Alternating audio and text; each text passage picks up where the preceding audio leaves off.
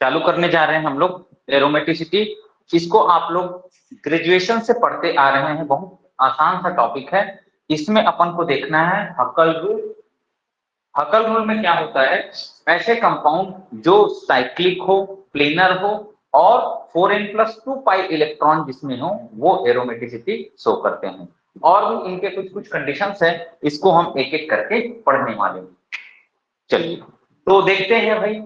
System must be cyclic, planar and sp2 hybrid carbon उसमें होना चाहिए। कभी कभार sp हाइब्रिड कार्बन भी बीच में आ जाता है।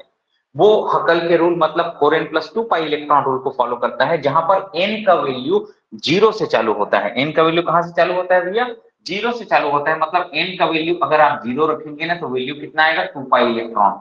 तो एरोमेटिक स्पीसीज में या तो 2 पाई इलेक्ट्रॉन होगा, 6 होगा, 10 होगा, 14 होगा, 18 होगा, 22 होगा, 26 होगा और आगे आप और कैलकुलेट कर सकते हैं। कैसे किए इसको, जैसे एक बताता हूं मैं, 4n+2 पाई इलेक्ट्रॉन होना चाहिए।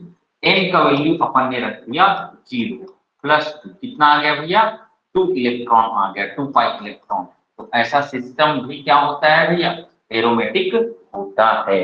तो इसी को n का वैल्यू यहाँ 0 से चालू होगा। Aromatic compound give aromatic electrophilic substitution. Electrophilic substitution देते हैं, ये एडिशन रिएक्शन नहीं देते। एडिशन रिएक्शन कौन देते हैं भाई, जो एरोमेटिक नहीं होते हैं ना, वो एडिशन रिएक्शन देते हैं, जैसे कि एल्कीन जैसे कॉम्प्लेक्सेस। ये क्या देते हैं आपको, एरोमेटिक इलेक्ट्रोफिलिक सब्स्टिट्यूशन रिएक्शन देते हैं, rather than addition reaction. In spite of having high degree of unsaturation and aromatic compound is stable। देखो भाई, एरोमेटिक कंपाउंड स्टेबल होता है, वो अपनी एरोमेटिसिटी को लॉस नहीं करना चाहता, इसलिए वो एडिशन रिएक्शन नहीं देता है। उसके जगह पे क्या देता है, वो एरोमेटिक इलेक्ट्रोफिलिक सब्स्टिट्यूशन रिएक्शन देता है, जिसके कारण उसकी एरोमेटिसिटी मेंटेन रहती है। They possess diamagnetic ring current. Diamagnetic ring current कहने का मतलब है, जब अब अभी हम फ्रॉस्ट सर्कल पढ़ेंगे। फ्रॉस्ट सर्कल डायग्राम में जब हम मॉलिक्यूलर ऑर्बिटल डायग्राम बनाते हैं किसी भी एरोमेटिक कंपाउंड का, तो वहां पर आपको अनपेयर्ड इलेक्ट्रॉन नहीं मिलेंगे। अनपेयर्ड इलेक्ट्रॉन नहीं है मतलब कंपाउंड कैसा होता है, डायमैग्नेटिक। और उस कंपाउंड के द्वारा जनरेट किए जाने वाला करंट को हम लोग बोलते हैं diamagnetic ring current. High stability is related to the resonance energy. जितना ज्यादा कोई कंपाउंड में रेजोनेंस एनर्जी होगा, वो कंपाउंड की स्टेबिलिटी उतनी ही ज्यादा होगी। अब रेजोनेंस एनर्जी क्या है उसको हम लोग देख लेते हैं। Resonance energy is the energy difference between energy of resonance hybrid and most stable resonating structure. Resonance energy of resonance hybrid और मोस्ट स्टेबल रेजोनेंस जो स्ट्रक्चर है उसके बीच की एनर्जी का डिफरेंस। आगे हम इसको किसके फॉर्म में देखेंगे, हम फॉर्मूला के फॉर्म में देखेंगे, जहां पर क्या बोलता है वो, the resonance energy is the difference between theoretical heat of combustion, theoretical heat of combustion and experimental heat of combustion. Theoretical heat of combustion में से एक्सपेरिमेंटल हीट ऑफ कंबशन को घटा दोगे तो रेजोनेंस एनर्जी आ जाएगा। और एक इसका डेफिनेशन है कि अगर theoretical heat of hydrogenation, theoretical heat of hydrogenation में से experimental heat of hydrogenation, HOH क्या है, हीट ऑफ हाइड्रोजनेशन को घटा दोगे तो भी आपको क्या मिल जाएगा, रेजोनेंस एनर्जी मिल जाएगा। In case of aromatic system, theoretical heat of hydrogenation और heat of combustion is greater than that of experimental। मतलब हमेशा थ्योरेटिकल हीट ऑफ कंबशन ज्यादा आएगा एक्सपेरिमेंटल हीट ऑफ कंबशन से, तभी तो हमको रेजोनेंस एनर्जी मिलेगा भाई। अगर ये वैल्यू एक्सपेरिमेंटल का ज्यादा आ जाएगा तो रेजोनेंस एनर्जी किसमें आ जाएगा, नेगेटिव में, जो कि होता नहीं है। तो हर एक कंडीशन में थ्योरेटिकल हीट ऑफ कंबशन या heat of hydrogenation aromatic compounds का ज्यादा होगा। चलिए आगे आ जाओ भैया। रेजोनेंस एनर्जी पर ring is directly proportional to stability. Resonance energy पर ring is directly proportional to stability. जितना ज्यादा रेजोनेंस एनर्जी पर रिंग होगा उतनी ज्यादा स्टेबिलिटी हमको मिलेगी कंपाउंड की। आगे आते हैं भैया, चलो देखो ध्यान से, एक सवाल है बढ़िया सा। If the heat of combustion of different bonds in benzene are, ये कितना दिया हुआ है, ये है 225.25 225.25 किसका? CH बॉन्ड का। कौन से बॉन्ड का? CH बॉन्ड का। CC बॉन्ड का इतना दिया है 206 किलो जूल पर मोल, और कार्बन डबल बॉन्ड कार्बन का दिया है 491 किलो जूल पर मोल, और आपको दिया है एक्सपेरिमेंटल हीट ऑफ कंबशन इतना है। ऊपर दिया है वो क्या है? थ्योरेटिकल है। तो थ्योरेटिकल को कैसे निकालोगे? तो बेंजीन में आपको बॉन्ड कैलकुलेट करना पड़ेगा। बेंजीन में क्या कैलकुलेट करना पड़ेगा? आपको बॉन्ड कैलकुलेट करना पड़ेगा कि कितने CH बॉन्ड है, कितने CC बॉन्ड है, और कितने C डबल बॉन्ड C है। तो बेंजीन में 6 CH बॉन्ड होते हैं, आप लोगों को दिख रहा है। 3 कार्बन डबल बॉन्ड कार्बन है, 1 2 और 3 कार्बन डबल बॉन्ड कार्बन है, और ये तो डबल बॉन्ड में दोनों बॉन्ड काउंट हो गया। तो देखो कार्बन सिंगल बॉन्ड कार्बन कितने हैं भैया? 3 है। तो 3 कार्बन सिंगल बॉन्ड कार्बन है। तीनों की एनर्जी हमको दी हुई है भाई। एक बॉन्ड के लिए दिया हुआ है, एक बॉन्ड के लिए कितना? 225.25, 6 से मल्टीप्लाई करो। ये 3 है, इसको 3 से मल्टीप्लाई करो। ये 3 है, इसको मल्टीप्लाई करो। इन तीनों को जोड़ोगे तो हमारा थ्योरेटिकल हीट ऑफ कंबशन कितना आ जाएगा? 3444 या 3444 किलो जूल पर मोल आ जाएगा। ये हो जाएगा हमारा थ्योरेटिकल। अब थ्योरेटिकल में एक्सपेरिमेंटल को घटा दोगे ना, थ्योरेटिकल को एक्सपेरिमेंटल में से घटा देंगे तो आ जाएगा भैया ये 144 किलो जूल पर मोल। अब इसी को अगर कैलोरी में बोले, कैलोरी में बोलेगा तो जूल को कैलोरी में अगर बदलोगे तो क्या हो जाता है भैया? 1 जूल बराबर होता है 4 दशमलव, हाँ अच्छा किलो जूल है ना, किलो जूल। अब जूल को कैलोरी में बदलोगे तो 4.2 से आप डिवाइड कर देना। 4.2 से आप डिवाइड करोगे तो वैल्यू किलो जूल से आपको मिल जाएगा किलो कैलोरी में। देखो सबसे पहले थ्योरेटिकल दिया रहेगा ना, तो कौन सा बॉन्ड का एनर्जी कितना है वो देगा, लेकिन कितने बॉन्ड्स है वो आपको निकालना है। ठीक है भाई, चलिए देखते हैं। चलो, तो ये आपको देखना पड़ेगा कौन सा बॉन्ड कितना है, उसको गिनना है, और पर बॉन्ड की एनर्जी आपको दी जाएगी। आप मल्टीप्लाई करना, थ्योरेटिकल हीट ऑफ कंबशन आ जाएगा, एक्सपेरिमेंटल भी आप दिया रहेगा, है ना, माइनस करोगे आ जाएगा वही। अब देखिए यहाँ पे क्या दिया है, ध्यान से देखिएगा। Use the following data to answer the question below. चलो, ये बोल रहा है एक बॉन्ड को रिड्यूस करने के लिए, एक बॉन्ड को रिड्यूस कर रहा है H2 से, मतलब ये क्या है? हीट ऑफ हाइड्रोजनेशन ये दे रहा है। क्या दे रहा है? हीट ऑफ हाइड्रोजनेशन दे रहा है। कितना है ये वैल्यू मिल रहा है अपने को, ये एक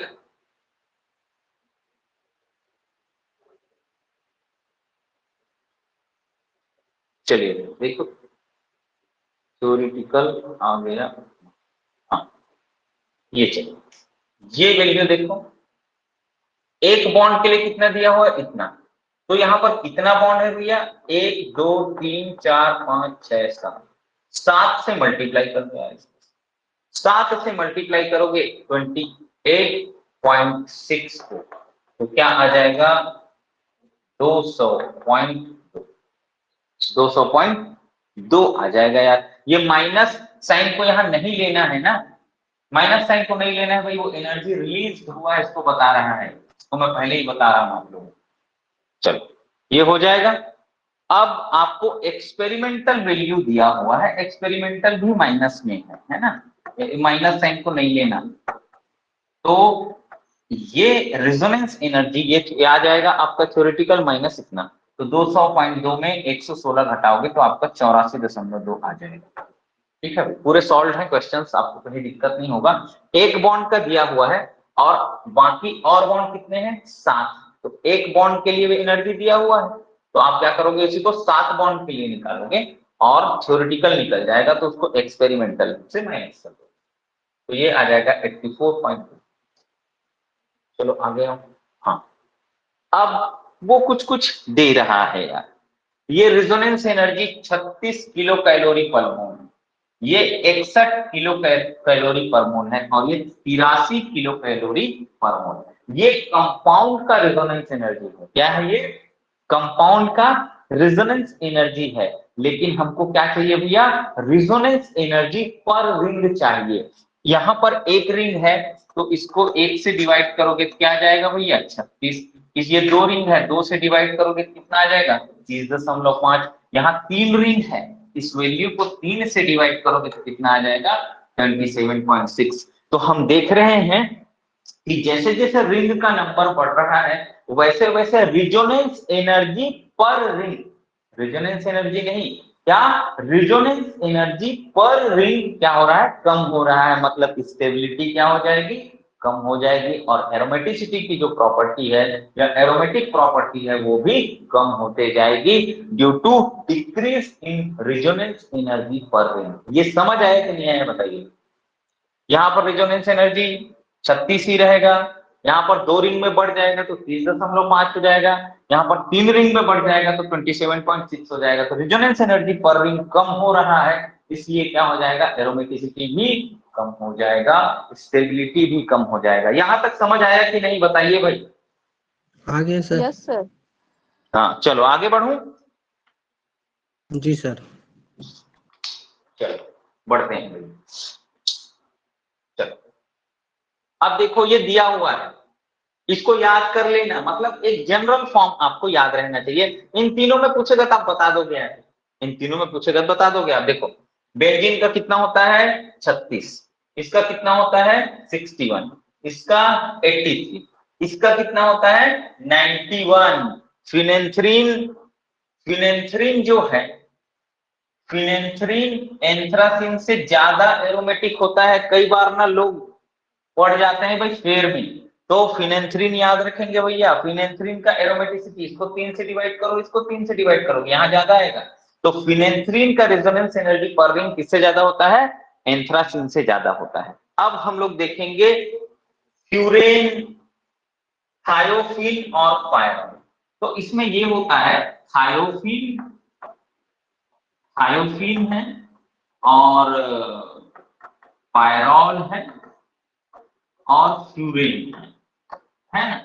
तो इसमें जो एटम ज्यादा इलेक्ट्रोनेगेटिव होता है उसकी एरोमेटिसिटी कम होती है। इसलिए देखो भैया यहाँ ये सबसे कम इलेक्ट्रोनेगेटिव, उसके बाद ये, उसके बाद ये होता है। इसलिए इनका क्या होता है? 29, 22 और 16। तो एरोमेटिसिटी इसका बिल्कुल याद रखेंगे भाई। थायोफिन का सबसे ज्यादा, फिर पायरॉल का, फिर फ्यूरेन का। थायोफिन, पायरॉल और फ्यूरेन। अब पिरिडीन देख लीजिए, पिरिडीन और इमिडाजोल, पिरिडीन और इमिडाजोल। तो पिरिडीन ज्यादा एरोमेटिक होता है, इमिडाजोल थोड़ा कम होता है।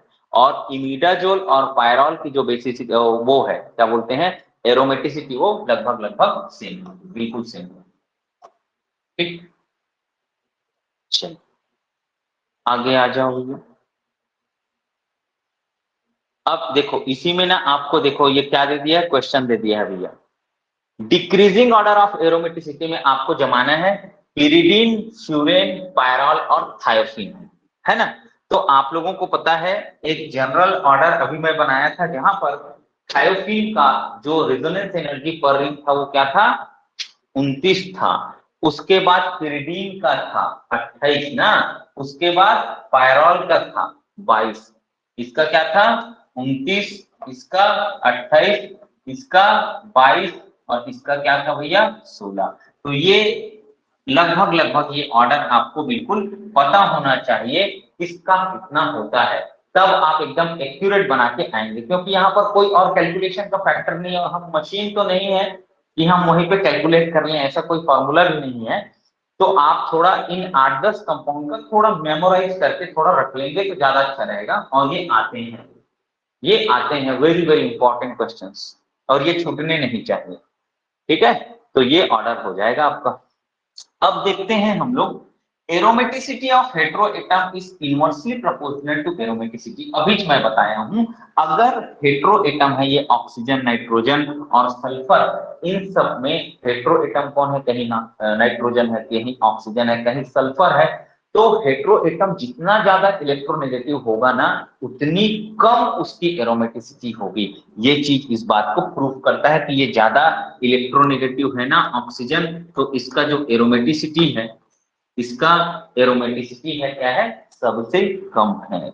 चलो आ जाओ भैया, यहाँ पे एक चीज और दिया है, एक चीज और दिया है, ये इलेक्ट्रोनेगेटिविटी का ऑर्डर दिया हुआ है, ठीक है, मैंने बता दिया इसको। अब presence of diamagnetic ring current, ये कैसे होता है भैया, इसको हम लोग देखते हैं। डायामैग्नेटिक रिंग करंट कैसे होता है, पैरामैग्नेटिक रिंग करंट कैसे होता है। तो मैं आप लोगों को सिखा रहा हूं Frost energy level diagram, Frost circle diagram या एनर्जी लेवल डायग्राम जिसको बोलते हैं। चलो आ जाओ भैया। चलो अब हम क्या करेंगे देखना, ये 2 पाई इलेक्ट्रॉन वाला सिस्टम है, साइक्लोप्रोपिल कैटायन है, देखो 2 पाई इलेक्ट्रॉन है इसमें। हाँ चलो, अब जो है ना, ऐसे करोगे, इस किनारे को नीचे, देखो लिखा है कॉर्नर को नीचे रखते हुए सर्कल बनाना है। तो देखो कॉर्नर को नीचे रख दिया, और जहां कॉर्नर आ जाएगा ना, वहीं पे एमओ बना दो, मॉलिक्यूलर ऑर्बिटल्स बना दो आप। अब नीचे एक ही ऑर्बिटल है, 2 इलेक्ट्रॉन है इसके पास, तो ये भर दिया भैया। ये इसका क्या हो जाएगा, होमो, हाईएस्ट ऑक्यूपाइड मॉलिक्यूलर ऑर्बिटल। ये ऊपर वाले क्या हो जाएंगे, LUMO, lowest unoccupied molecular orbital. यहाँ पे कोई अनपेयर्ड इलेक्ट्रॉन है क्या, नहीं है, इसीलिए एरोमेटिक सिस्टम को क्या बोला गया है भैया, एरोमेटिक सिस्टम में क्या पाया जाता है, डायामैग्नेटिक रिंग करंट पाया जाता है। जबकि ये देखो 4 पाई इलेक्ट्रॉन है, मतलब क्या है जी, फोरेन सिस्टम है, फोरेन साइक्लिक है सिस्टम, प्लेनर है, मतलब क्या है ये, एंटी एरोमेटिक है। तो एंटी एरोमेटिक में भी ऐसे रिंग को बना दिए अपन, है ना, यहाँ रख दिए मॉलिक्यूलर ऑर्बिटल, और यहाँ रख दिए। कितने इलेक्ट्रॉन है, पाई इलेक्ट्रॉन 4 है, तो 2 यहाँ भरा गया, 1 और 2, और फिर 2 कहाँ भराएगा भैया, एक यहाँ पर आया है और एक यहाँ पर आया है। यहाँ पर अनपेयर्ड इलेक्ट्रॉन है, यहाँ पर क्या है, अनपेयर्ड इलेक्ट्रॉन है। तो एंटी एरोमेटिक कंपाउंड में क्या पाया जाता है, पैरामैग्नेटिक रिंग करंट पाया जाता है। एंटी एरोमेटिक कंपाउंड में क्या पाया जाता है, पैरामैग्नेटिक रिंग करंट पाया, पैरामैग्नेटिक रिंग करंट पाया जाता है। ऐसे ही देखो ये भी एंटी एरोमेटिक है, ये भी क्या है, एंटी एरोमेटिक। कॉर्नर को रखते हुए हम लोगों ने क्या बना लिया, स्क्वायर बना लिया भैया, स्क्वायर बना लिया। चलो अब 4 इलेक्ट्रॉन को भरेंगे, 1 2, ये 3 और ये 4, सेम एनर्जी लेवल में है, इसलिए हम क्या कर रहे हैं भाई, एक एक दे रहे हैं। यहाँ पर भी क्या आएगा, पैरामैग्नेटिक रिंग करंट। अब आ जाओ, ये भी, इसका भी वैसे ही बनेगा, इसका भी क्या बनेगा, वैसे ही बनेगा, 4 पाई इलेक्ट्रॉन, है ना। अब इसका बनाते हैं, इसका और इसको देखो ध्यान से। तो इसको किनारे को ऐसे करो, किनारे को ऐसे करके बना लिए अपन, ये बना लिए, यहाँ एमओ, यहाँ एमओ और यहाँ एमओ रहेगा, है ना। और एमओ कहाँ रहेगा भैया, यहाँ भी रहेगा, यहाँ और यहाँ। कितने पाई इलेक्ट्रॉन है, 6 पाई इलेक्ट्रॉन, 2 4 और 2 6 पाई इलेक्ट्रॉन। भरो इलेक्ट्रॉन को, 1 2 3 4 5 6। तो ये क्या है, सिस्टम एरोमेटिक है। और एरोमेटिक सिस्टम में देखो भैया, अनपेयर्ड इलेक्ट्रॉन एक भी नहीं है। यहाँ भी क्या आएगा जी, डायामैग्नेटिक रिंग करंट, क्या आएगा, डायामैग्नेटिक रिंग करंट आएगा, डायामैग्नेटिक रिंग करंट यहाँ पे आएगा। देखो फिर बेंजीन को बना लो, जैसे दिख रहा है बेंजीन वैसे ही पटक दो उसको, है ना भाई। तो कहाँ कहाँ मॉलिक्यूलर ऑर्बिटल हो जाएगा इसका, यहाँ यहाँ यहाँ यहाँ यहाँ और यहाँ। तो ये देखो, ये बीच में लाइन खींच लेना, इधर क्या हो जाएगा, बॉन्डिंग, इधर क्या हो जाएगा, बॉन्डिंग, और ऊपर क्या हो जाएगा, एंटी बॉन्डिंग। 6 पाई इलेक्ट्रॉन है, 6 पाई इलेक्ट्रॉन को जब आप भरेंगे ना, तो 3 एमओ में देखो, 1 2 3 4 5 6, 6 में क्या हो जाएंगे, मतलब 3 ऑर्बिटल में 6 इलेक्ट्रॉन पेयर्ड फॉर्म में भरे जाएंगे। इसीलिए मैं बोल रहा हूँ एरोमेटिक सिस्टम हमेशा क्या बनाएगा, डायामैग्नेटिक रिंग करंट जनरेट करेगा। क्या जनरेट करेगा, डायामैग्नेटिक रिंग करंट जनरेट करेगा। यहाँ तक किसी को कोई दिक्कत है नहीं, यहाँ तक किसी को कोई परेशानी है क्या, बोलिए। No sir. नहीं है ना, चलो आगे बढ़ते हैं। देखिए इन सब में हम टाइम पास जितना करोगे आप उतना पीछे होते जाओगे, एकदम सामान्य सी चीज है और इसको कोई नहीं पूछता है यार। ये थ्योरेटिकल एग्जाम में आता है, या फिर अगर वो एकदम इसको एग्जामिनर को बहुत ज्यादा इसमें इंटरेस्ट होगा भैया क्रॉस एनर्जी लेवल डायग्राम मेरे को अच्छा लगता है तो मैं वो एनर्जी लेवल डायग्राम बना के दे ही सकता है। चलो, एरोमेटिक सिस्टम में अनपेयर्ड इलेक्ट्रॉन नहीं है, अतः यह डायमैग्नेटिक होता है। ठीक बोल रहा है भैया वो भी। इन डायमैग्नेटिक सिस्टम मतलब aromatic system magnetic field induced, magnetic field from up to down at the centre of the ring. चलो इसको मैं बताता हूँ, इधर देख लो। चलो मैं रिंग करंट से बता देता हूँ, फिर इसी को तो एनएमआर में मेरे को पढ़ाना है ना। आ जाओ, ये एरोमेटिक सिस्टम है, बेंजीन बना लिया मैं। अब इसमें रिंग करंट को दिखा बोल रहे हैं, चलो दिखा देते हैं अपने क्या। ले, तो रिंग करंट इसमें आएगा ना, तो ये नीचे से ऊपर, कहां से? नीचे से ऊपर, और नीचे से ऊपर, और नीचे से ऊपर जाएगा। मतलब डायरेक्शन क्या रहेगा? ऐसे ऐसे ऐसे ऐसे, नीचे से कहां जा रहे हैं? ऊपर। तो यहाँ डायरेक्शन क्या हो जाएगा? ऐसे ऐसे ऐसे, और ये इधर की ओर प्रवेश कर रहे हैं, है ना। अब हम इसको ओवरऑल असाइन करेंगे तो कैसे होगा? ये यहाँ पे असाइन करोगे तो कैसे जा रहा है? ऐसे जा रहा है। तो इसको बोल देंगे भैया ये इंड्यूस्ड मैग्नेटिक फील्ड है ना, उसका डायरेक्शन क्या है भैया? ये इंड्यूस्ड मैग्नेटिक फील्ड का डायरेक्शन क्या है? ये है। और ये कैसा है? एरोमेटिक कंपाउंड में जो रिंग करंट निकलता है वो कैसे रहता है? ये रिंग प्लेन में है ना, तो नीचे से ऊपर, नीचे से ऊपर ऐसे जाएगा। ठीक है, तो ये है रिंग करंट। ठीक, चलो नीचे से ऊपर, इसको हम लोग यूज करेंगे एनएमआर। एनएमआर अभी पढ़ेंगे कुछ दिन में, तो उसमें यूज करेंगे कि कैसे ये हेल्प करता है शील्डिंग और डीशील्डिंग। कैसे ये हेल्प करता है शील्डिंग और डीशील्डिंग में, कैसे ये प्रोटेक्टिव जोन बनाता है, कैसे ये डीशील्डिंग जोन बनाता है, उसको हम लोग देखेंगे। चलो आ जाओ भैया। Aromatic electrophilic substitution, aromatic electrophilic substitution, तो रिएक्टिविटी जो है एरोमेटिसिटी के इनवर्सली प्रोपोर्शनल होगी। क्यों होगी भैया? अरे एरोमेटिक रिंग ज्यादा स्टेबल होता है यार, तो वो अपने एरोमेटिसिटी को नहीं खोना चाहता, इसलिए उसकी रिएक्टिविटी कम होती। जितनी ज्यादा एरोमेटिसिटी होगी ना, उतनी कम उसकी रिएक्टिविटी होगी। तो देखो भैया ये बेंजीन है, और ये नेफ्थलीन है, और ये क्या है? एंथ्रासीन है। ये क्या है? एंथ्रासीन है। तो ये एंथ्रासीन एरोमेटिक सबसे ज्यादा कौन? बेंजीन। तो रिएक्टिविटी कौन ज्यादा हो जाएगा भैया? एंथ्रासीन हो जाएगा। एरोमेटिसिटी का आर्डर अगर 1 2 3 है, तो रिएक्टिविटी का आर्डर क्या हो जाएगा भैया? 3 2 1 हो जाएगा। क्या हो जाएगा? 3 2 1, क्योंकि एरोमेटिसिटी रिएक्टिविटी के इनवर्सली प्रोपोर्शनल, एरोमेटिसिटी रिएक्टिविटी के इनवर्सली प्रोपोर्शनल है। इतना तक कर लोगे भैया? इतना तक कर लोगे? कोई दिक्कत जी सर। नहीं है ना? हाँ चलो आ जाओ, आ जाओ भैया, आगे आ जाओ। अब देखो भैया स्टेबिलिटी ऑर्डर देख लेना यार। क्या देखेंगे? स्टेबिलिटी ऑर्डर देखेंगे यार। तो स्टेबिलिटी सबसे ज्यादा कौन? Aromatic compound. सबसे ज्यादा कौन? एरोमेटिक कंपाउंड, है ना। उसके बाद नॉन एरोमेटिक कंपाउंड। कौन? Non aromatic compound. और सबसे कम स्टेबल कौन? Anti aromatic.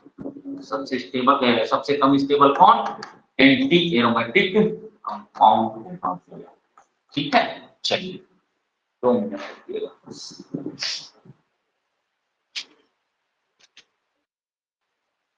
आगे चलते हैं भैया। चलो अब क्लासिफिकेशन हम कर सकते हैं कंपाउंड का 3 तरीके से।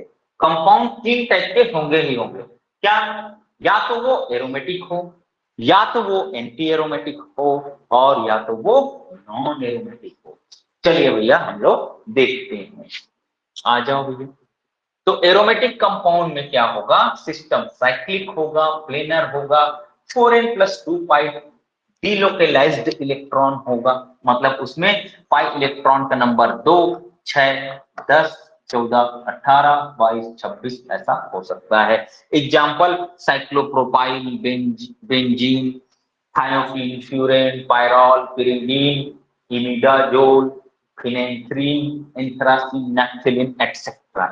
अब आ जाओ भैया एंटी एरोमेटिक पे। तो एंटी एरोमेटिक पे ना सारा जो चीज है सेम रहेगा भैया, सिस्टम साइक्लिक भी होगा, सिस्टम प्लेनर भी होगा, लेकिन उसमें जो नंबर ऑफ पाई इलेक्ट्रॉन है ना वो 4n+2 के जगह क्या होगा, 4n पाई इलेक्ट्रॉन होगा। कितना होगा भैया, 4n पाई इलेक्ट्रॉन होगा। इसमें क्या होगा, 4n पाई इलेक्ट्रॉन होगा भैया। तो इसमें ना n का वैल्यू 1 से चालू होता है, इस बात को याद रखना। मतलब 4, 8, 12, 16। तो आपको अगर कोई पूछ दे कि एंटी एरोमेटिक कंपाउंड और एरोमेटिक कंपाउंड में number of delocalized pi electron same हो सकते हैं क्या, तो आप बोलोगे नहीं, बिल्कुल भी नहीं, क्योंकि एरोमेटिक सिस्टम में 4n+2 पाई इलेक्ट्रॉन होता है, जबकि एंटी एरोमेटिक सिस्टम में 4n पाई इलेक्ट्रॉन होते हैं। क्या होते हैं, 4n पाई इलेक्ट्रॉन होते हैं। समझ आया भाई यहां तक? यस समझ सर। आया? ज्यादा तो नहीं हो रहा है ना स्पीड अप? ठीक है ना, इतना तो पढ़ाना पड़ेगा यार, इतना स्पीड तो मेंटेन करना पड़ेगा ना। ठीक है ना? हाँ सर, ओके। हाँ, कहीं पे ना समझ आए तो पूछ लेना है। चलो आ जाओ भैया। अब इन दोनों को देख लिए ना, इन दोनों को चेक कर लेना, बाकी बचे हुए सारे कंपाउंड को किसमें फेंक देना, नॉन एरोमेटिक। इसमें फेंक देना भैया नॉन एरोमेटिक में। कुछ मतलब इन दोनों को चेक कर लोगे, सिस्टम साइक्लिक होना चाहिए, प्लेनर होना चाहिए, उसमें 4n या 4n+2 पाई इलेक्ट्रॉन होने चाहिए। अगर दोनों कंडीशन को सेटिस्फाई नहीं कर रहा है, दैट मीन्स वो क्या है, नॉन एरोमेटिक है। जैसे मैं बोलूं इथिलीन क्या है जी, इथिलीन एरोमेटिक है कि नॉन एरोमेटिक है? इथिलीन C2H4 बोलो यार। Non aromatic. हाँ नॉन एरोमेटिक है यार। कुछ भी चीज अगर एरोमेटिक और नॉन एंटी एरोमेटिक में नहीं आ रहा है मतलब उसको फेंक देना नॉन एरोमेटिक। आ जाओ। हाँ अब हम कंडीशन पढ़ेंगे जहां पर आपको कुछ कुछ कंफ्यूजन आएगा एग्जाम में देख के, तो उसी कंफ्यूजन को दूर करने के लिए कुछ कुछ नोट पढ़ रहे हैं हम लोग। क्या है भैया, अगर कंपाउंड साइक्लिक है उसमें 4n+2 या 4n पाई इलेक्ट्रॉन है, लेकिन डिलोकेलाइजेशन पूरे रिंग में नहीं हो रहा है। डिलोकेलाइजेशन पूरे रिंग में होना जरूरी है, तो वो कंपाउंड किसमें आ जाएगा भैया, नॉन एरोमेटिक में आ जाएगा। किसमें आ जाएगा वो, नॉन एरोमेटिक। जैसे कि देखेंगे यहां पर 2 पाई इलेक्ट्रॉन है लेकिन ये डिलोकेलाइज्ड नहीं है। ऐसे ही देखना ये 2 पाई इलेक्ट्रॉन है लेकिन एक sp3 कार्बन आ गया है यार बीच में, जिसके कारण ये डिलोकेलाइज नहीं हो पा रहा है। ये बॉन्ड यहां और ये बॉन्ड यहां जा सकता है, मतलब यहां नहीं जाएगा, ये इलेक्ट्रॉन यहां जाएगा। मतलब इस sp3 कार्बन के आने से यहां पर जो चार्ज है नहीं जा पाएगा, उसके कारण से क्या हो जाएगा भैया, सिस्टम 4n या 4n+2 पाई इलेक्ट्रॉन होते हुए भी सिस्टम क्या हो जाएगा भैया, नॉन एरोमेटिक हो जाएगा, क्योंकि डिलोकेलाइजेशन नहीं हो पाएगा।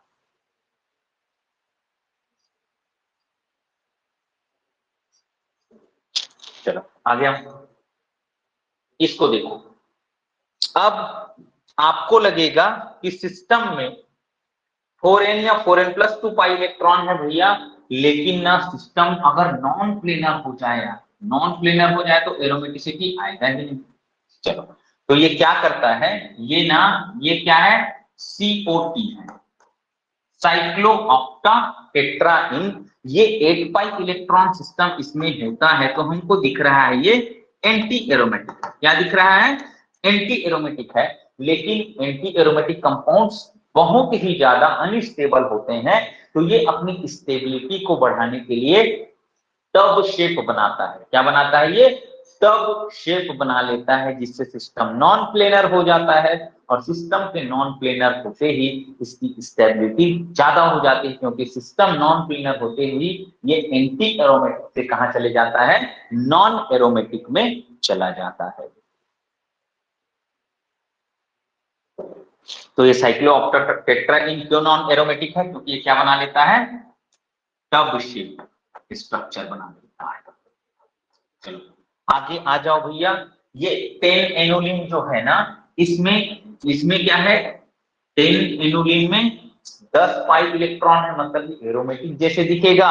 और कभी भी एग्जाम में आपको इस हाइड्रोजन को वो बना के भी नहीं देगा, तो आप ऐसे इसको देख के पहचान लेना भैया। ऐसे बीच में नहीं बॉन्ड होगा इसके ना, ऐसे रहेगा ये। हाँ बिल्कुल, ये धोखा देने वाला कंपाउंड है, तो बिल्कुल इसको देख लेना भैया आप लोग। ऐसे देगा जी, बीच में बॉन्ड नहीं, मतलब समझ जाना ये 10 एनुलिन है। और इस 10 एनुलिन में इस हाइड्रोजन, और जो इस हाइड्रोजन है ना, इसमें रिपल्सन होता है, जिसके कारण ऐसे ऐंठ जाता है रिंग। रिंग के ऐंठने से इसकी प्लेनरिटी खत्म हो जाती है। प्लेनरिटी खत्म हो गई भैया, तो ये एरोमेटिक से कहां चले जाएगा? नॉन प्लेनर और नॉन एरोमेटिक में चले जाएगा। कहां चले जाएगा ये? नॉन एरोमेटिक में चले जाएगा। किसमें चले जाएगा ये? नॉन एरोमेटिक में चले जाएगा। क्लियर यहां तक? यहां तक किसी को कोई दिक्कत परेशानी है क्या? No sir. नहीं है ना? चलिए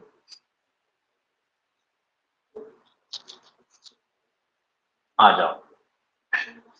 हाँ हाँ, ऐसे ही ये एनुलिन 12 है। एनुलिन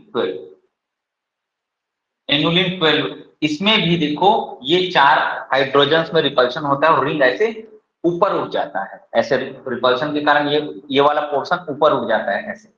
तो इस कारण भी ये क्या होते हैं? Non aromatic. ऐसे ही ये पेंटालीन है, मैं बना देता हूं पेंटालीन कैसे बनता है। यार देखो भैया,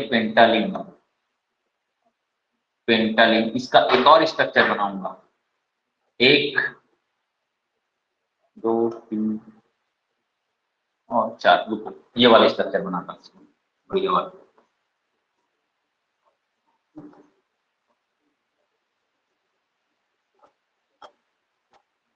ये ऐसे दिखता है। ऐसे दिखता है भाई, ये क्या है? पेंटालीन है। ये भी प्लेनर नहीं होता है।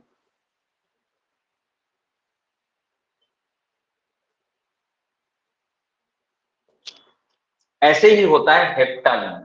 ऐसे ही क्या होता है? हेप्टालीन। देखो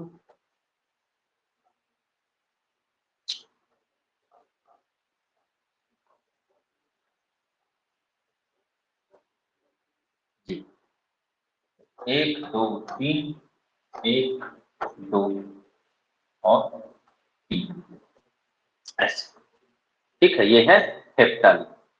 इसको वो ऐसे भी बना सकता है ना, मतलब ऐसे सिमेट्रिक कर सकता है ऐसे। 1 2 3 4 ऐसे। ठीक है, और बॉन्ड को आप शिफ्ट करा सकते हैं। अब देखो इस वाले सिस्टम में, देखना, ये ना एंथ्रासीन का जो 2 बॉन्ड होता है ना, उसको खसका के वहां पे कुछ लगाया है। या तो वो ब्रिज लगाता है, इसको मैं बनाता हूं जी आप लोगों के लिए। देखो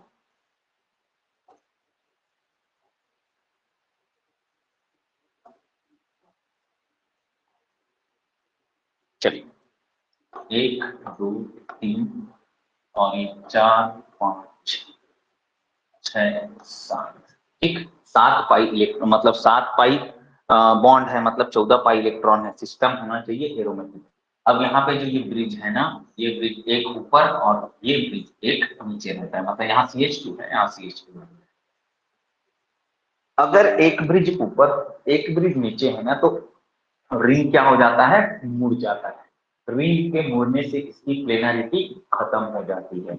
अगर ये दोनों रिंग ऊपर ऊपर या दोनों रिंग नीचे नीचे रहे, ये रिंग दोनों ऊपर रहे या दोनों नीचे रहे, तब क्या हो जाएगा भैया? सिस्टम हो जाएगा एरोमेटिक। अदरवाइज क्या बोला मैं? अगर ये दोनों ब्रिज सिस्टम ऊपर ऊपर या दोनों ब्रिज सिस्टम नीचे नीचे रहे ना, तो सिस्टम हो जाएगा एरोमेटिक। यहाँ पे लिखा हुआ है। चलो अब देख रहे हैं calculation of pi electron. Calculation of pi electron तो पॉजिटिव चार्ज में 0 इलेक्ट्रॉन होता है, ये सबको पता है। अगर नेगेटिव चार्ज है ऑर्गेनिक केमिस्ट्री में तो 2 इलेक्ट्रॉन लोगे, और एक लोन पेयर का भी कितने इलेक्ट्रॉन लोगे, 2 इलेक्ट्रॉन। ये तो सबको पता है यार, मैं क्यों बता रहा हूं, है ना। चलो, फिर भी कुछ ऐसे पॉइंट्स हैं जो बता चुका हूं, लेकिन फिर भी बताना जरूरी है। आ जाओ भैया, ऐसे लोन पेयर, ये जेड है ना जी, ऐसे लोन पेयर जो मल्टीपल बॉन्ड से लगे हों, ये देखो एक दिन और बताया था मैं आपको पिरिडिन वाला, ये देखो ऐसे लोन पेयर जो डायरेक्ट मल्टीपल बॉन्ड से लगे हो ना, उनको हम लोकेलाइज्ड लोन पेयर बोलते हैं। क्या बोलते हैं, लोकेलाइज्ड लोन पेयर। और लोकेलाइज्ड लोन पेयर को ही हम लोग क्या बोलते हैं जी, नॉन हकल लोन पेयर। ऐसा सॉरी, ऐसा लोन पेयर जो डिलोकेलाइज्ड हो, मतलब डिलोकेलाइजेशन होगा तो वो हकल के रूल में काउंट होगा, या तो एरोमेटिसिटी में या एंटी एरोमेटिसिटी में होगा काउंट।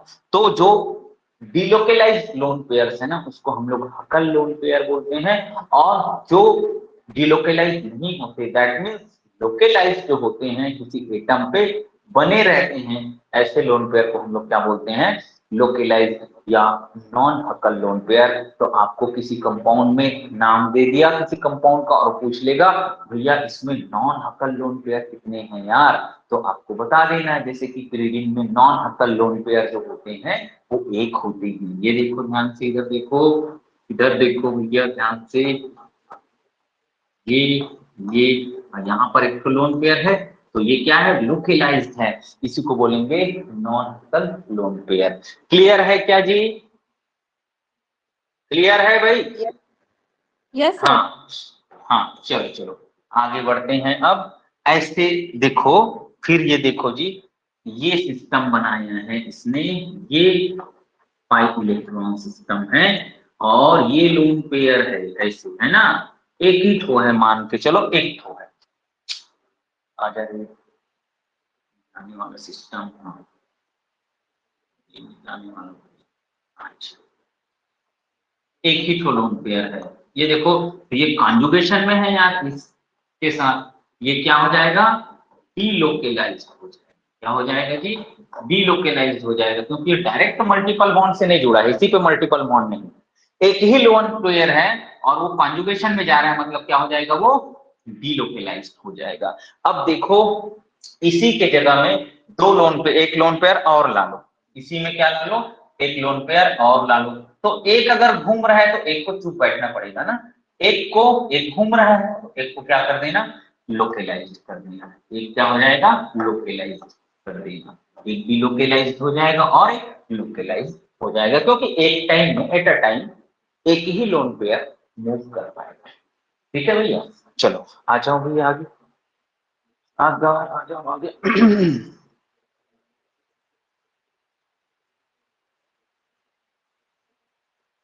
चलिए इधर देखिए, कुछ ऐसे एग्जाम्पल्स जो आपको बिल्कुल याद रखने हैं, क्योंकि यहाँ पर ऐसे लोन पेयर और पाई बॉन्ड्स आएंगे जिसको हम काउंट नहीं करते।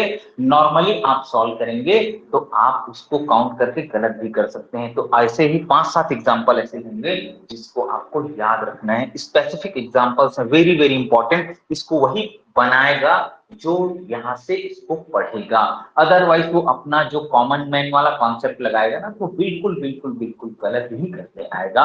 और ऐसी गलती 90% लोग करते हैं। इसीलिए भाई जिनका नंबर बहुत ज्यादा आता है किसी एग्जाम में, वो क्यों आता है, वो उन चीजों को भी पढ़ता है जिसको सामान्य आदमी नहीं पढ़ता। नोट्स सबके पास है ना, लेकिन नोट्स की क्वालिटी में अंतर है भाई। कोई आपको पूरा मटेरियल आपको मिल रहा है जो प्रीवियस ईयर्स के सारे एग्जाम्स में आए हैं, और एक सारे बुक का एक निचोड़, तो आपको ये मिल रहा है भैया पूरा, इसको बिल्कुल छोड़ना मत। एक एक एग्जाम्पल इसका इंपॉर्टेंट है भाई इस नोट्स का, ठीक है, जितने भाई नोट्स मैं आप लोगों को दे रहा हूं। चलो तो देखो भैया, यहाँ पे हम लोग देखेंगे, ये दिख रहा है ना, विजिबल है ना बोर्ड, विजिबल है ना, देखो। तो Yes, 5 sir. इलेक्ट्रॉन कितने हैं यहाँ, 5 इलेक्ट्रॉन कितने हैं, मैं कलर कर देता हूँ, 1 2 3 4 5 6 7 और 8। ये 8वां जो 5 इलेक्ट्रॉन है ना, वो क्या रहता है, वो चुपचाप बैठ जाता है। क्या कर देता है, वो चुपचाप बैठ जाता है। क्यों?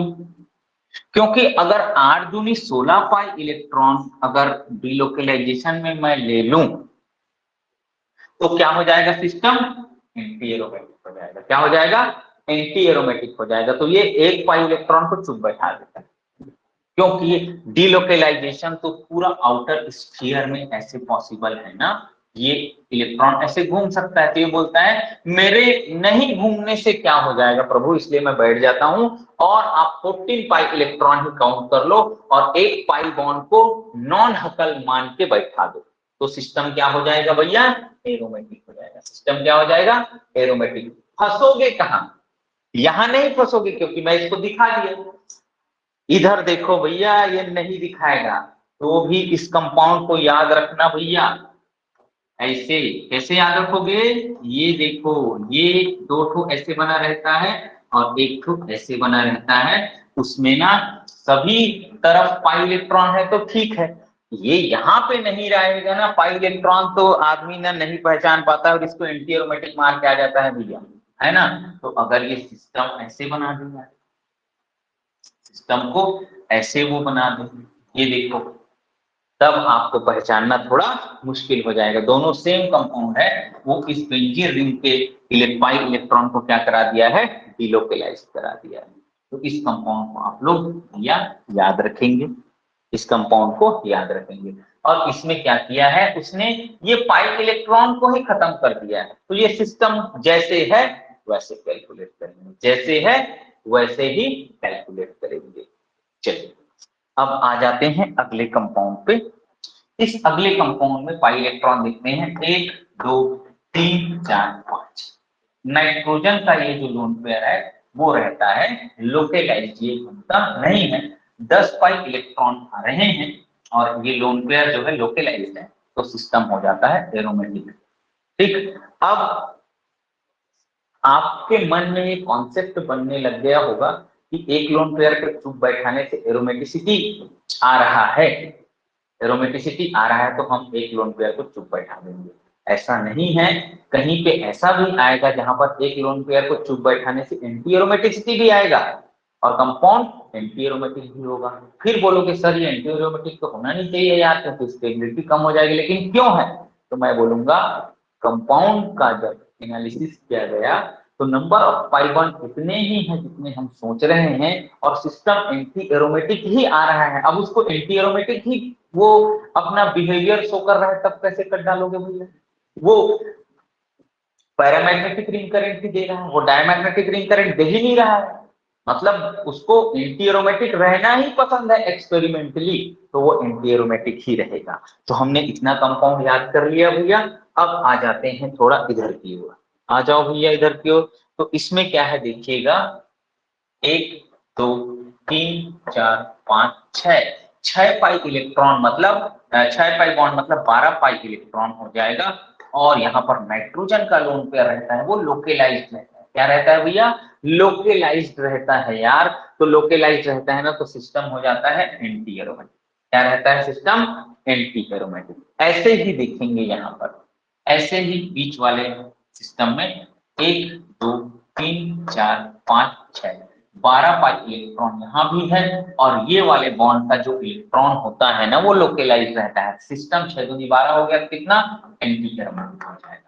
एंटी एरोमेटिक होने के बाद ये क्या करते हैं? एग्जिस्ट करते हैं।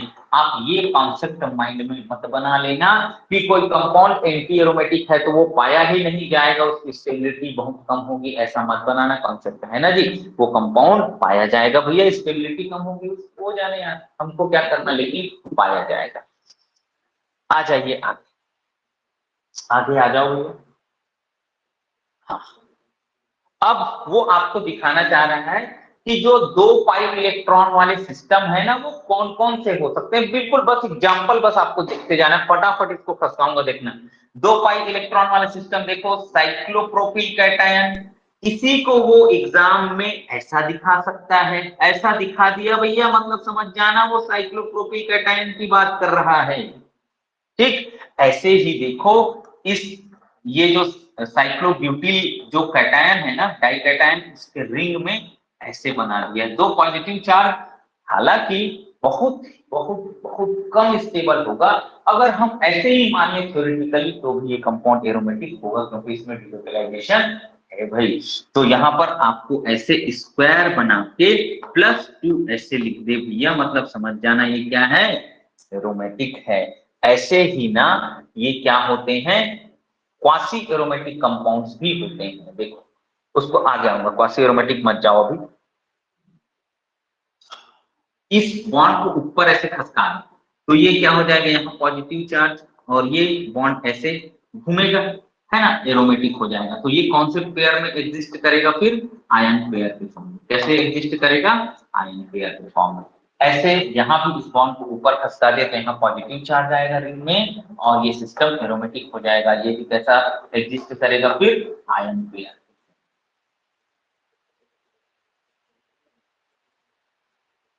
क्या पूछा है, μ1 μ2 मतलब डाइपोल मोमेंट। तो डाइपोल मोमेंट किसका ज्यादा होगा, ऑक्सीजन ज्यादा पावर से इधर खींचेगा यार, तो पॉजिटिव चार्ज यहाँ ज्यादा डेवलप होगा। पॉजिटिव नेगेटिव तो चार्ज सेपरेशन यहाँ ज्यादा है, इसलिए μ1 is greater than that of μ2 हो जाएगा। अब हम देखते हैं एक कंपाउंड स्क्वायरिक एसिड। क्या एसिड जी, स्क्वायरिक एसिड। स्क्वायरिक एसिड मतलब स्क्वायर टाइप का रहता है। देखो भैया, ये देखो यार, ये है स्क्वायर, है ना, ये OH और ये OH, ठीक। अगर इसके दोनों H को निकाल दिया जाए, इसके दोनों H को निकाल दिया जाए, तब क्या होता है इसमें, तब क्या होता है इसमें, ये जो नेगेटिव चार्ज है ना वो ऐसे घूमता है यार। क्या होता है, नेगेटिव चार्ज ऐसे घूमता है, देखो यहाँ आ गए, फिर ये नेगेटिव चार्ज यहाँ, ये बॉन्ड यहाँ और ये बॉन्ड यहाँ, मतलब ये दो नेगेटिव चार्ज है ना पूरे रिंग में घूमता है। पाई इलेक्ट्रॉन कितना है बात करें तो पाई इलेक्ट्रॉन तो दो ही है। पाई इलेक्ट्रॉन कितना है स्क्वायरिक एसिड में, 2 पाई इलेक्ट्रॉन है, और वो क्या है जी, डीलोकेलाइज्ड है। पूरे रिंग में कैसे हैं वो, डीलोकेलाइज्ड हैं। That's why it is aromatic. कैसा एसिड है ये, एरोमेटिक है। कौन, स्क्वायरिक एसिड। अब जो दो नेगेटिव चार्ज इस पे जनरेट हो रहे हैं ना, कहाँ जनरेट हो रहे हैं, देखो एक यहाँ और एक यहाँ। दो नेगेटिव चार्ज जो है कितने ऑक्सीजन में जा रहा है भैया, सभी 4 ऑक्सीजन में जा रहा है। कितने ऑक्सीजन में जा रहा है, दो नेगेटिव चार्ज जो जनरेट हो रहा है ना वो चारों ऑक्सीजन में डिलोकेलाइज्ड हो रहा है। तो एक ऑक्सीजन को कितना नेगेटिव चार्ज मिलेगा, तो बोलेंगे आधा आधा। कितना नेगेटिव चार्ज, आधा आधा नेगेटिव चार्ज सभी ऑक्सीजन को मिलेगा। तो वो आपको ऐसे भी दे सकता है यार, कि देखो कैसे बना दिया भैया उसने, मान लो ऐसे बना दिया, मतलब ये देखो ये O O O O, ठीक। अब वो कर देगा -½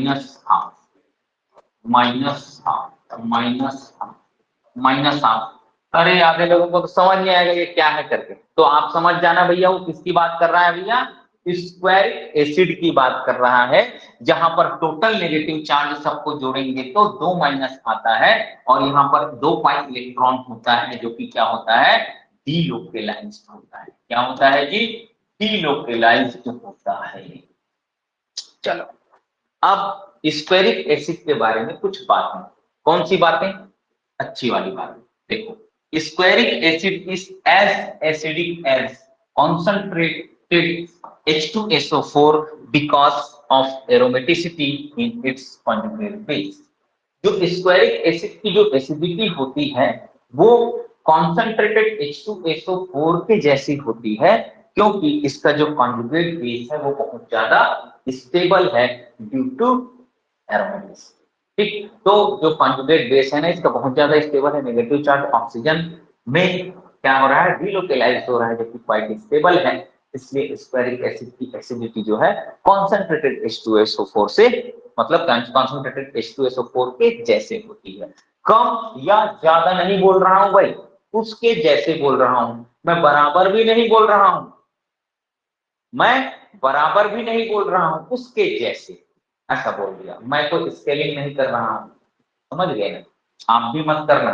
बोल रहे कैसे ये एसिड उससे थोड़ा वीक होगा क्या है, नहीं मैं कुछ नहीं बोल पाऊंगा। हाँ, लेकिन इन जनरल अगर मैं बोलूं तो ऑर्गेनिक एसिड्स जो हैं वो कम एसिडिक होंगे रेदर देन मिनरल एसिड्स। तो मिनरल एसिड्स जो हैं ज्यादा एसिडिक होते हैं ऑर्गेनिक एसिड से, क्योंकि इसका जो डिसोसिएशन कांस्टेंट है स्ट्रॉन्ग एसिड का, मतलब मिनरल एसिड का, वो ज्यादा रहता है क्योंकि स्ट्रॉन्ग इलेक्ट्रोलाइट्स, और इनका थोड़ा वीक रहता है। In general organic acids are weak in nature and mineral acids are strong in nature. बस इतना बोल पाऊंगा। चलो अब आगे बोलता हूँ। 4 पाई इलेक्ट्रॉन देखो भैया, ऐसे सिस्टम जिनमें 4 पाई इलेक्ट्रॉन है वो क्या क्या हो सकते हैं, या तो वो एंटी एरोमेटिक हो सकते हैं या नॉन एरोमेटिक हो सकते हैं। कभी भी 4 पाई इलेक्ट्रॉन वाला सिस्टम एरोमेटिक हो सकता है क्या? बिल्कुल भी नहीं हो सकता। इस बात को आपको माइंड में रखना पड़ेगा। तो वो क्या हो सकता है भैया? एंटी एरोमेटिक हो सकता है और नॉन एरोमेटिक हो सकता है। एरोमेटिक कभी भी नहीं होगा। Aromatic never aromatic, never aromatic. तो एंटी एरोमेटिक कौन होगा यार? ये देखो एंटी एरोमेटिक, ये नॉन एरोमेटिक, ये एंटी एरोमेटिक कैसे दिख रहा है, ये देखो ये यहां जाएगा तो एंटी एरोमेटिक। अब यहां पर ऑक्सीजन तभी बॉन्ड को ऊपर की ओर खींचता है, ऊपर की ओर खींचता है जब एरोमेटिसिटी है। नहीं खींचेगा तो चुप बैठे से बैठा देगा। क्यों? क्योंकि यहाँ एंटी एरोमेटिक किया है। तो इस कंडीशन में हम इस कंपाउंड को क्या बोलेंगे? Non aromatic. अब जो बोरॉन रहता है ना जी, वो पॉजिटिव सेंटर रहता है। बोरॉन क्या है भैया? Positive centre. उसके पास केवल 6 पाई मतलब 6 सेक्सटेट है उसके पास, मतलब उसके आउटर मोस्ट शेल में 6 इलेक्ट्रॉन है। मतलब इसके पास वैकेंट पीरियड ऑर्बिटल है। ये क्या करेगा? इलेक्ट्रॉन डेंसिटी यहाँ लेगा, मतलब चौथा बॉन्ड बनाएगा बोरॉन। चौथा बॉन्ड बनाएगा ना, तो भैया देखो ये R लगा लो, यहाँ नेगेटिव आ जाएगा और यहाँ आ जाएगा पॉजिटिव। और ये पॉजिटिव चार्ज देखो फिर ऐसे घूमने लग जाएगा रिंग में। तो सिस्टम क्या हो जाएगा भैया? Anti aromatic. सिस्टम क्या हो जाएगा? एंटी एरोमेटिक हो जाएगा। क्यों? क्योंकि 4 पाई इलेक्ट्रॉन है प्लस डिलोकेलाइजेशन। क्या हो जाएगा? System anti aromatic. अब नॉन एरोमेटिक को जानते हो यार, डिलोकेलाइजेशन नहीं है। यहाँ sp3 sp3 कार्बन है, यहाँ sp3 sp3 कार्बन है, यहाँ से यहाँ तक डिलोकेलाइजेशन है, लेकिन इन दोनों कार्बन में नहीं जा रहा है, इसमें डिलोकेलाइजेशन ही नहीं है, दोनों कंजुगेशन में ही नहीं है। अब हम लोग देखते हैं जी, अब हम लोग देखते हैं जो साइक्लोब्यूटाडाइईन है ना, जो साइक्लोब्यूटाडाइईन है ना, वो एंटी एरोमेटिक नेचर के होते हैं। क्या होते हैं? एंटी एरोमेटिक नेचर के होते हैं, ऐसे है ना। अब वो अपनी एंटी एरोमेटिसिटी को कम करने के लिए कंबाइन हो जाते हैं। क्या हो जाते हैं भैया? कंबाइन हो जाते हैं। और कंबाइन कैसे होते हैं इसको मैं बताता हूं आपको। इसमें क्या होता है? 2+2 साइक्लो एडिशन। ये बॉन्ड यहाँ, ये बॉन्ड यहाँ, तो ये क्या बन जाएगा भैया? ये बन जाएगा, है ना। ये क्या होगा? ये बन जाएगा, ये देखो ये बन गया ये कंपाउंड भैया। अब ये क्या था पहले? Anti aromatic. क्या था ये? Anti aromatic. अब क्या हो जाएगा? ये नॉन एरोमेटिक हो जाएगा। तो ये अपनी स्टेबिलिटी को बढ़ाने के लिए क्या हो जाता है? तुरंत ही डाइमराइज हो जाता है। क्या हो जाता है? डाइमराइज हो जाता है और वो बना लेता है नॉन एरोमेटिक कंपाउंड। क्या बना लेता है वो? Non aromatic compound. चलो अब इसमें कुछ बातें इसको मैं बताता हूं क्या बोल रहा है वो। Cyclobutadiene is anti aromatic and it is highly unstable.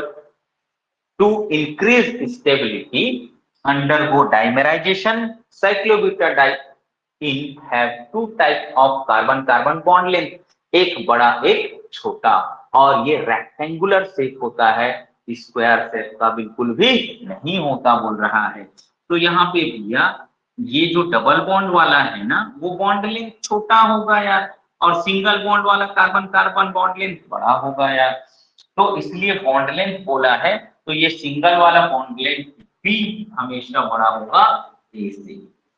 तो सिंगल बॉन्ड बड़ा होगा भैया, सिंगल बॉन्ड क्या होगा, बड़ा होगा, बस और कुछ नहीं बोल रहा है।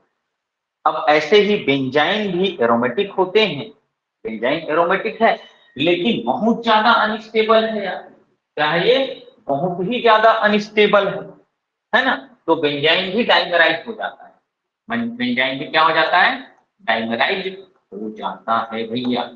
हो जाके क्या बना लेगा ये, मतलब इसमें भी क्या होता है 2+2 साइक्लो एडिशन, हम लोग पढ़ेंगे इसको पेरिसाइक्लिक रिएक्शन, इसमें पढ़ेंगे पेरिसाइक्लिक रिएक्शन में 2+2 साइक्लो एडिशन मैं पढ़ाऊंगा आप लोगों को, ये जुड़ जाएगा। आल्दो अभी भी रिंग क्या है, क्या है रिंग, एरोमेटिक।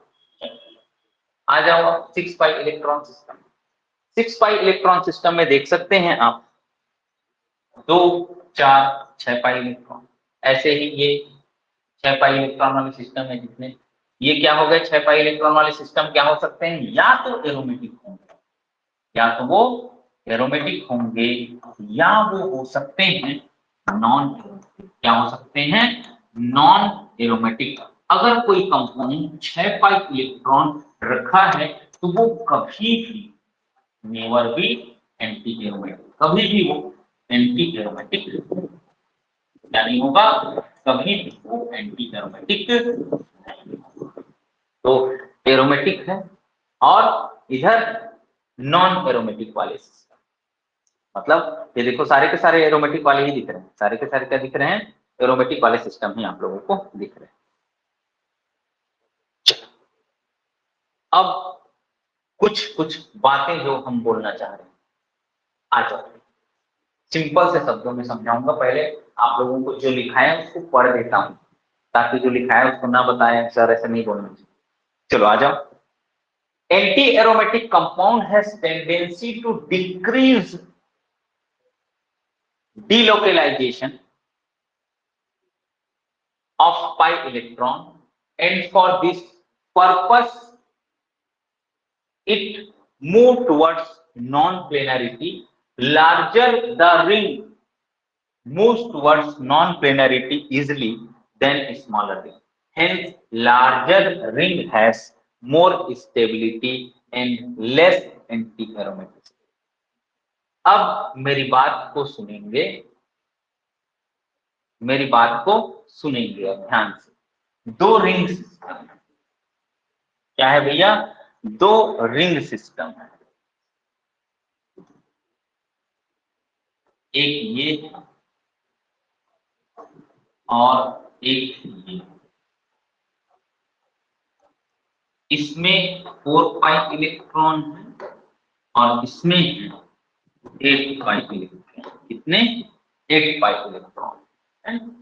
अब जो एंटी एरोमेटिक सिस्टम है ना, वो अपने डिलोकलाइजेशन को कम करना चाहता है, वो नॉन प्लेनरिटी की ओर जाना चाहता है। क्यों नॉन प्लेनरिटी की ओर वो जाना चाह रहा है भैया, क्योंकि नॉन प्लेनरिटी के अगर वो जाएगा ना तो वो एंटी एरोमेटिक से क्या हो जाएगा, नॉन एरोमेटिक हो जाएगा और इसकी स्टेबिलिटी भैया बढ़ जाएगी, इसकी स्टेबिलिटी क्या हो जाएगी, बढ़ जाएगी। तो जो लार्जर रिंग रहते हैं ना, जो लार्जर रिंग रहते हैं वो क्या करते हैं, नॉन प्लेनरिटी की ओर ज्यादा जाते हैं, किसकी ओर ज्यादा जाते हैं, नॉन प्लेनरिटी की ओर ज्यादा जाते हैं। तो मेरी बात सुनेंगे तो एंटी एरोमेटिसिटी किसमें रहेगा, एंटी एरोमेटिसिटी छोटे रिंग में ज्यादा रहेगा कि बड़े रिंग में, छोटे रिंग में एंटी एरोमेटिसिटी, छोटे रिंग में भैया एंटी एरोमेटिसिटी ज्यादा रहेगा क्योंकि ये अपने डिलोकलाइजेशन को डिक्रीज नहीं कर सकता, ना ही ये प्लेनरिटी की ओर जा सकता है, इसलिए एंटी एरोमेटिसिटी छोटे रिंग की ज्यादा, मतलब स्टेबिलिटी किसका हो जाएगा भैया, बड़े रिंग की ज्यादा, स्टेबिलिटी किसका हो जाएगा, बड़े रिंग की ज्यादा, क्योंकि ये कम एंटी एरोमेटिक, क्योंकि ये कम एंटी एरोमेटिक है। ठीक, अब यहाँ पे देखो which is more acidic, which is more acidic पूछा है तो एनायन निकाल लेना, मतलब H+ निकाल के एनायन बना लेना और दोनों एनायन की स्टेबिलिटी चेक कर लेना, तो दूसरा एनायन ज्यादा स्टेबल है क्योंकि वो कम एंटी एरोमेटिक है, इसलिए दूसरे की एसिडिटी इससे ज्यादा हो जाएगी भाई, पहले से ज्यादा हो जाएगी। चलो अब एंटी एरोमेटिक सिस्टम में आपने क्या सीखा कि जो है छोटे रिंग में एंटी एरोमेटिसिटी ज्यादा होती है, तो इसलिए छोटे रिंग कम स्टेबल होते हैं।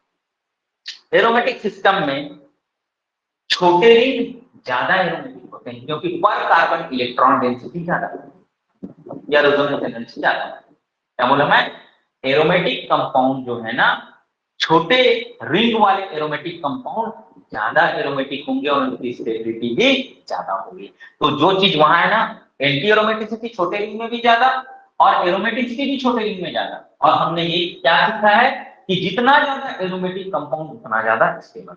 तो छोटे रिंग में एरोमेटिसिटी ज्यादा होगी और स्टेबिलिटी भी ज्यादा होगी। इस बात को याद रखेंगे। तो यहाँ पर 2 पाई इलेक्ट्रॉन सिस्टम है जी, और यहाँ पर अभी देखे हैं यहाँ पर 2 पाई इलेक्ट्रॉन सिस्टम, यहाँ पर 6 पाई इलेक्ट्रॉन सिस्टम।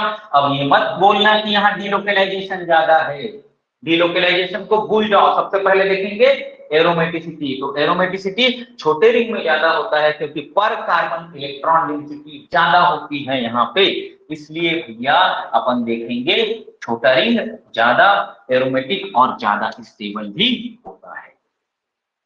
चलो आ जाओ भैया, आ जाओ। अब स्टेबिलिटी पूछ रहा है यार, ऊपर शिफ्ट कराते हैं इस बॉन्ड को। तो ये नेगेटिव और ये पॉजिटिव, दोनों रिंग, ये रिंग भी ऊपर वाला रिंग भी एरोमेटिक और दूसरा रिंग भी एरोमेटिक। और इधर शिफ्ट कराते हैं, ये रिंग भी एरोमेटिक हो रहा है, ये रिंग भी एरोमेटिक हो रहा है। तो ये 5 मेंबर्ड रिंग यहाँ भी है, 5 मेंबर्ड रिंग यहाँ भी है, दोनों बराबर हो गए। अब छोटा रिंग इधर है, बड़ा रिंग इधर है, कौन स्टेबल हो जाएगा भैया? छोटा रिंग, क्योंकि छोटा रिंग में एरोमेटिसिटी ज्यादा होता है। इंपॉर्टेंट है भाई ये क्वेश्चन, इंपॉर्टेंट है। अब देखो भाई जो नहीं पढ़ रहा है वो क्या सोचेगा, अरे यार ये स्टेबिलिटी इसमें कैसे पूछेगा, मैं कैसे स्टेबिलिटी इसमें बताऊंगा? तो ये स्टेबिलिटी एरोमेटिसिटी से आप बता सकते हैं कि बॉन्ड को अगर ऊपर शिफ्ट करें तो ये रिंग भी एरोमेटिक, ये रिंग भी एरोमेटिक, ये रिंग भी एरोमेटिक, ये रिंग भी एरोमेटिक, ये 5 मेंबर्ड रिंग और ये भी 5 मेंबर्ड रिंग, दोनों बराबर। यहाँ रिंग छोटा और यहाँ रिंग बड़ा है, तो एरोमेटिसिटी यहाँ ज्यादा हो जाएगी, इसलिए स्टेबिलिटी पहले वाले की ज्यादा। चलिए आगे बढ़ते हैं भैया, आगे आगे। ये 3 एनायन, ये एनायन मेरे को दिख रहा है एरोमेटिक, ये एनायन दिख रहा है एलाइलिक, क्या दिख रहा है? एलाइलिक। और ये क्या दिख रहा है? Anti aromatic. तो ये बात याद रखना, सबसे ज्यादा एरोमेटिक स्टेबल होगा, सबसे ज्यादा एरोमेटिक, फिर नॉन एरोमेटिक, फिर नॉन एरोमेटिक, और सबसे कम स्टेबल होंगे कौन? Anti aromatic. भैया एंटी एरोमेटिक, ठीक। तो एरोमेटिक कौन है? पहला, फिर नॉन एरोमेटिक है दूसरा, और एंटी एरोमेटिक है तीसरा। स्टेबिलिटी का ऑर्डर क्या हो जाएगा? 1 2 फिर 3। ये एरोमेटिक है, ये नॉन एरोमेटिक है, और ये है एंटी एरोमेटिक। क्या है भैया? Anti aromatic. चलिए आ जाइए। ये देखो, ये देखो क्या है, ये एंटी एरोमेटिक है, और ये क्या दिख रहा है अपन को? बेंजाइलिक एनायन दिख रहा है, ये एरोमेटिक है ना? ये क्या हो जाएगा? दूसरा ज्यादा स्टेबल हो जाएगा। अब इसी में वो एसिडिटी पूछेगा, इसी में क्या पूछ लेगा? एसिडिटी। तो मैंने बताया है आप लोगों को, जब भी कभी एसिडिटी पूछे, जब भी कभी एसिडिटी पूछे भैया H+ निकाल के फेंक देना और एनायन की स्टेबिलिटी को चेक कर लेना। चलो करते हैं यार, बहुत आसान सा सवाल है। चलो यहाँ एनायन बनेगा तो 6 पाई इलेक्ट्रॉन क्या हो जाएगा? एरोमेटिक। यहाँ पर ये नॉन एरोमेटिक, ये क्या है भैया? नॉन एरोमेटिक है, एलाइलिक। और ये क्या है? यहाँ एंटी एरोमेटिक, और यहाँ भी एंटी एरोमेटिक। तो सबसे पहले एरोमेटिक कौन है भैया? पहला एरोमेटिक की स्टेबिलिटी सबसे ज्यादा होगी, पहला एरोमेटिक, फिर दूसरा नॉन एरोमेटिक, और ये एंटी एरोमेटिक है, ये भी एंटी एरोमेटिक है। तो एंटी एरोमेटिक में कौन सा रिंग ज्यादा स्टेबल होता है? बड़ा रिंग, क्योंकि वहां पर नॉन प्लेनरिटी की ओर जाने की पॉसिबिलिटी ज्यादा होती है, इसलिए चौथा, फिर हो जाएगा तीसरा। क्या हो जाएगा? चौथा फिर तीसरा। चलो अब कार्बोकेटाइन की स्टेबिलिटी का ऑर्डर पूछता है। क्या? कार्बोकेटाइन की स्टेबिलिटी का ऑर्डर। तो कार्बोकेटाइन में भी सबसे पहले क्या देख लेना, एरोमेटिक कार्बोकेटाइन, एरोमेटिक के बाद क्या देख लेना, नॉन एरोमेटिक, उसके बाद क्या कार्बोकेटाइन देख लेना, एंटी एरोमेटिक। कौन सा कार्बोकेटाइन, एंटी एरोमेटिक। अब नॉन एरोमेटिक में भी आपको पता है कौन, बेंजाइलिक ज्यादा स्टेबल होगा, किससे, एलाइल एसिड, ये देखेंगे ना। आ जाओ भैया, ये क्या है, एंटी एरोमेटिक है, ये क्या है, नॉन एरोमेटिक है, ये क्या है, एरोमेटिक है, ये क्या है, नॉन एरोमेटिक है, ये बेंजाइलिक है, बेंजाइलिक कार्बोकेटाइन, और ये क्या है, एरोमेटिक।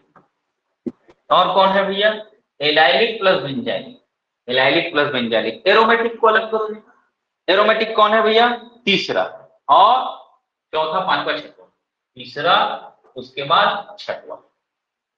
अब नॉन एरोमेटिक खोज लो, नॉन एरोमेटिक में ये है, ये है, ये बेंजाइलिक। चलो, तो एलाइलिक प्लस बेंजाइलिक कौन भैया, सातवां, फिर कौन आ जाएगा, पांचवा, फिर आ जाएगा कौन, दूसरा। अब एंटी एरोमेटिक बच गए यार हमारे पास, कौन बच गए, एंटी एरोमेटिक बच गए। एंटी एरोमेटिक में 5 वाला है, और कौन है, सर फोर्थ वाला। फोर्थ वाला भूल गए क्या, हाँ नॉन एरोमेटिक, हाँ फोर्थ। हाँ। चलो, अब देखो एंटी एरोमेटिक में कौन कौन है भैया, एक ही है क्या एंटी एरोमेटिक, कौन है वो, चौथा और दूसरा, हाँ चौथा और दूसरा में चौथा ज्यादा स्टेबल होगा जी, ये डबल एलाइलिक सिस्टम है ना, ये क्या है भैया, डबल एलाइलिक सिस्टम है। यहाँ ये देखो, ये सिस्टम क्या है, इधर से भी एलाइलिक है, इधर से भी एलाइलिक है, तो चौथे की स्टेबिलिटी दूसरे से ज्यादा होती है, इसको बोल देते हैं अपन। उसके बाद बच गया कौन है, पहले एंटी एरोमेटिक, सबसे कम स्टेबल। तो आप कार्बोकेटाइन देखो या कार्ब एनायन देखो, सबसे पहले देख लो सिस्टम एरोमेटिक है क्या, अगर सिस्टम एरोमेटिक है तो सबसे ज्यादा स्टेबल होगा। अब decreasing order of their stability, चलो देखते हैं।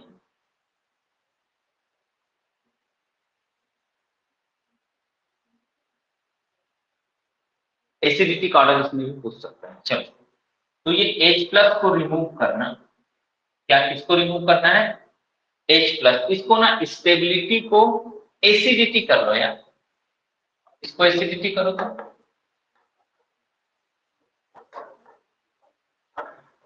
इसको देखते हैं अपन, है। चलो इस ऑर्डर को देखते, तो यहाँ H प्लस रिमूव करोगे एनायन, यहाँ H प्लस रिमूव करोगे एनायन, और यहाँ H प्लस रिमूव करोगे एनायन बनेगा, ठीक है। अब ये एरोमेटिक है, ये भी एरोमेटिक है, और ये क्या है, एंटी एरोमेटिक बनेगा यार, क्या बनेगा, एंटी एरोमेटिक। तो पहले और तीसरे का, पहले और तीसरे का एरोमेटिसिटी है, मतलब एसिडिटी ज्यादा होगा। अब उसमें देखते हैं पहले का तीसरे से क्यों ज्यादा है, क्योंकि पहले में इस एनायन को स्टेबल करने के लिए पांचों के पांचों कार्बन पे स्ट्रॉन्ग इलेक्ट्रॉन विथड्रॉइंग ग्रुप लगे हैं, जो इस एनायन को क्या करेंगे, स्टेबलाइज करेंगे भाई, इस एनायन में इसके रेजोनेंस को बढ़ा देंगे, है ना। और इसमें इलेक्ट्रॉन रिलीजिंग ग्रुप है, जो एनायन की स्टेबिलिटी को थोड़ा कम करेंगे। तो पहले की स्टेबिलिटी मतलब एसिडिटी ज्यादा, फिर तीसरे की, फिर दूसरे की, दूसरे की सबसे कम क्यों है, क्योंकि इसको H+ को निकालने के बाद सिस्टम कैसा हो जा रहा है, एंटी एरोमेटिक हो जा रहा है। सिस्टम क्या हो रहा है भैया, एंटी एरोमेटिक हो रहा है, इसलिए इसकी एसिडिटी कम हो जाएगी। चलिए, अब आते हैं हम लोग 8 पाई इलेक्ट्रॉन सिस्टम में। इसमें आते हैं 8 पाई इलेक्ट्रॉन सिस्टम में। तो 8 पाई इलेक्ट्रॉन वाला सिस्टम नॉन एरोमेटिक हो सकता है या एंटी एरोमेटिक हो सकता है, कभी भी एरोमेटिक नहीं होगा, कभी भी एरोमेटिक वो नहीं होगा। तो ये कौन है भैया, साइक्लोऑक्टाटेट्राइन डबल शेप होता है। ये देखो, ये सिस्टम क्या हो जाएगा, 8 pi electron anti aromatic, 8 pi electron anti aromatic. फिर आ जाओ 10 पाई इलेक्ट्रॉन सिस्टम में, तो 10 पाई इलेक्ट्रॉन वाला सिस्टम या तो नॉन एरोमेटिक होगा या एरोमेटिक होगा, कभी भी एंटी एरोमेटिक नहीं होगा, क्योंकि एंटी एरोमेटिक कंपाउंड में जो पाई इलेक्ट्रॉन रहते हैं उनका नंबर कितना होना चाहिए, 4 से मल्टीपल होना चाहिए, या तो 4 होना चाहिए, या तो 8 होना चाहिए, या तो 12 होना चाहिए, या तो 16 होना चाहिए। तो 10 पाई इलेक्ट्रॉन वाला सिस्टम कभी भी एंटी एरोमेटिक होगा। तो इसके एग्जांपल देखते हैं, non aromatic annulene 10 non planarity के कारण एंटी नॉन एरोमेटिक होते हैं। और ये वाला एग्जांपल आता है भैया, ये देखो ऊपर में ना NH का ब्रिज बना है, किसका ब्रिज बना है, NH का। ऐसे ही वो ऑक्सीजन का ब्रिज या सल्फर का ब्रिज भी बना सकता है भैया। इसमें 10 पाई इलेक्ट्रॉन सिस्टम होते हैं और ये होता है एरोमेटिक। क्या होता है ये, एरोमेटिक। ठीक है भाई, ये भी है एरोमेटिक और ये सिस्टम भी होता है एरोमेटिक। ट्रिपल बॉन्ड आए ना वहां एक ही, ट्रिपल बॉन्ड आएंगे ना वहां एक ही पाई इलेक्ट्रॉन को गिनना, दोनों एक साथ में जाएगा। 2 2 4 2 6 2 8 और 10 पाई इलेक्ट्रॉन सिस्टम है एरोमेटिक। अब आओ तो भैया किसमें आओगे आप, एजुलिन में आओ। एजुलिन ऐसे दिखेगा, देखो 1 2 3 4 5 10 पाई इलेक्ट्रॉन सिस्टम है, ये एरोमेटिक होता है। एजुलिन क्या होता है, एरोमेटिक होता है। इसमें क्या पाया जाता है, परमानेंट डाइपोल मोमेंट पाया जाता है। क्या पाया जाता है भैया, परमानेंट डाइपोल मोमेंट पाया जाता है। क्यों पाया जाता है, देखना ये रिंग का पाई इलेक्ट्रॉन यहाँ आ जाए और ये पाई इलेक्ट्रॉन यहाँ चले जाए, तो क्या होता है, एक 7 मेंबर रिंग और ये जो 5 मेंबर रिंग है ना फ्यूज्ड, इसके साथ इसमें अलग अलग चार्ज जनरेट होते हैं, इस पे पॉजिटिव इस पे नेगेटिव। ये रिंग साइक्लोहेप्टा ट्राइपिन है और ये साइक्लो पेंटा डाइइनाइल है। दोनों सेपरेटली एरोमेटिक हैं, दोनों क्या है, एरोमेटिक हैं और दोनों रिंग एरोमेटिक है। और ये क्या है भाई, इस पे पॉजिटिव चार्ज इस पे नेगेटिव चार्ज, इसमें क्या है, चार्ज सेपरेशन है। चार्ज सेपरेशन के कारण इसका डाइपोल मोमेंट क्या होगा, परमानेंट होगा। डाइपोल मोमेंट कितना होगा भैया, परमानेंट 0.8 डिवाइड इसका डाइपोल मोमेंट होता है। ठीक है, it gives aromatic electrophilic substitution reaction on 5-membered ring because of high electron density on 5-membered ring। अब एरोमेटिक इलेक्ट्रोफिलिक सब्स्टिट्यूशन जब भी कभी कोई इलेक्ट्रोफाइल आएगा ना, इलेक्ट्रोफाइल मतलब जिसके पास इलेक्ट्रॉन डेंसिटी कम है, वो कौन से रिंग में आना चाहेगा, तो उस रिंग में आना चाहेगा वहां पर इलेक्ट्रॉन डेंसिटी ज्यादा हो। और 5-membered रिंग में इलेक्ट्रॉन डेंसिटी ज्यादा है भाई, देखो नेगेटिव चार्ज है, 5 मेंबर रिंग में इलेक्ट्रॉन डेंसिटी ज्यादा है, इसलिए ये इलेक्ट्रोफाइल यहां आना चाहता है। अब देखते हैं हम लोग कुछ अदर सिस्टम, कुछ देखते हैं अदर सिस्टम। आ जाओ भैया, क्या अदर सिस्टम, देखो भाई अगर इस बॉन्ड को इधर शिफ्ट करें तो ये नेगेटिव और ये पॉजिटिव, तो ये चार्ज सेपरेशन होगा क्योंकि दोनों रिंग क्या है, एरोमेटिक हैं। और इसमें डाइपोल मोमेंट का जो डायरेक्शन होगा वो कहां से कहां होगा, पॉजिटिव से नेगेटिव। कहां से, पॉजिटिव पोल से इस पॉजिटिव पोल से इस नेगेटिव पोल में होगा। डाइपोल मोमेंट जीरो नहीं होगा, डाइपोल मोमेंट जीरो नहीं होगा। मतलब सिस्टम कैसा होगा भैया, पोलर होगा। सिस्टम कैसे होगा भैया, पोलर होगा यार। चलो अब इधर शिफ्ट कर देते हैं इलेक्ट्रॉन डेंसिटी को। देखो यहाँ पे किधर की ओर भी इलेक्ट्रॉन डेंसिटी शिफ्ट करोगे, एक तरफ पॉजिटिव एक तरफ नेगेटिव, एक रिंग एंटी एरोमेटिक हो जाएगा और एक रिंग एरोमेटिक हो जाएगा। इस कंडीशन में आप डबल बॉन्ड को शिफ्ट नहीं कराएंगे। मैं कई बार आपको जीओसी में भी बताया हूं उन चीजों को। जब दोनों रिंग में एरोमेटिसिटी आए ना तभी आप डबल बॉन्ड को शिफ्ट कराएंगे, अदरवाइज बिल्कुल नहीं कराएंगे। ठीक है, तो यहाँ पर नॉन एरोमेटिक की कैटेगरी में आएगा क्योंकि पाई इलेक्ट्रॉन डीलोकलाइज तो है, लेकिन क्या है भैया, देखो ये रिंग में कोई चार्ज वार्ज नहीं जनरेट हो रहा है ना भाई। तो एक तरफ एरोमेटिक तो एक तरफ एंटी एरोमेटिक हो जा रहा है, तो ऐसे में सिस्टम क्या हो जाएगा, नॉन एरोमेटिक हो जाएगा। तो इसमें इलेक्ट्रॉन को इधर शिफ्ट कराने से ये रिंग भी एरोमेटिक और ये रिंग भी एरोमेटिक, तो ये इसको ऐसे रख देंगे और डाइपोल मोमेंट यहाँ पर आएगा भैया, जीरो नहीं रहेगा क्योंकि इधर नेगेटिव इधर पॉजिटिव चार्ज बन रहा है। इसमें इलेक्ट्रॉन डेंसिटी नीचे की ओर लाते हैं तो ये रिंग एंटी एरोमेटिक और ये रिंग एरोमेटिक हो रहा है। ऊपर लाते हैं तो ये एंटी एरोमेटिक हो जाएगा, ये एरोमेटिक हो जाएगा। इस कंडीशन में ये डबल बॉन्ड शिफ्ट नहीं होगा और ये सिस्टम क्या हो जाएगा, नॉन एरोमेटिक। सिस्टम क्या हो जाएगा जी, नॉन एरोमेटिक हो जाएगा। यहाँ पे देखिए आप इस बॉन्ड को इधर शिफ्ट करोगे तो ये रिंग एरोमेटिक हो जाता है और ये रिंग भी एरोमेटिक हो जाता है। 2 2 4 और 2 6 पाई इलेक्ट्रॉन यहाँ पर हैं, तो दोनों रिंग एरोमेटिक है ना, तो इसमें ये सिस्टम पूरा क्या कहलाएगा, एरोमेटिक है और इसमें डाइपोल मोमेंट भी पाया जाएगा जो जीरो नहीं होगा। डाइपोल मोमेंट जीरो यहाँ पर नहीं होगा। अब हम लोग देखेंगे कुछ अलग वैरायटी के कंपाउंड्स जिसको बोलते हैं हम लोग क्वासी एरोमेटिक कंपाउंड। आगे बढ़ते हैं।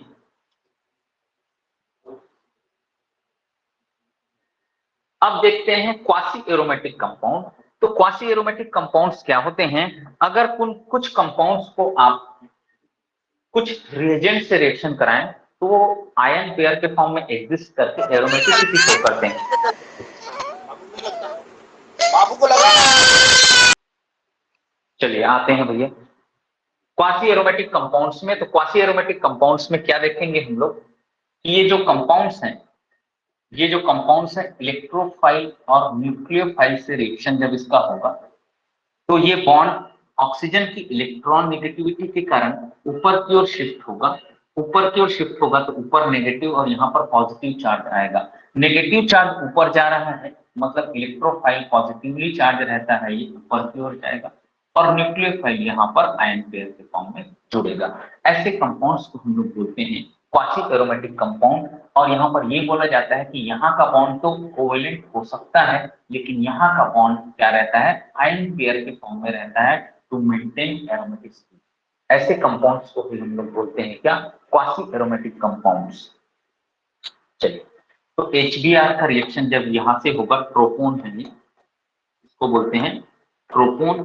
तो ये ऊपर की ओर बॉन्ड शिफ्ट होगा तो ये H यहाँ बॉन्ड बना लेगा और ये जो Br है यहाँ पर आयन पेयर के फॉर्म में लगा रहेगा, इसके कारण से ये एरोमेटिसिटी शो करेंगे।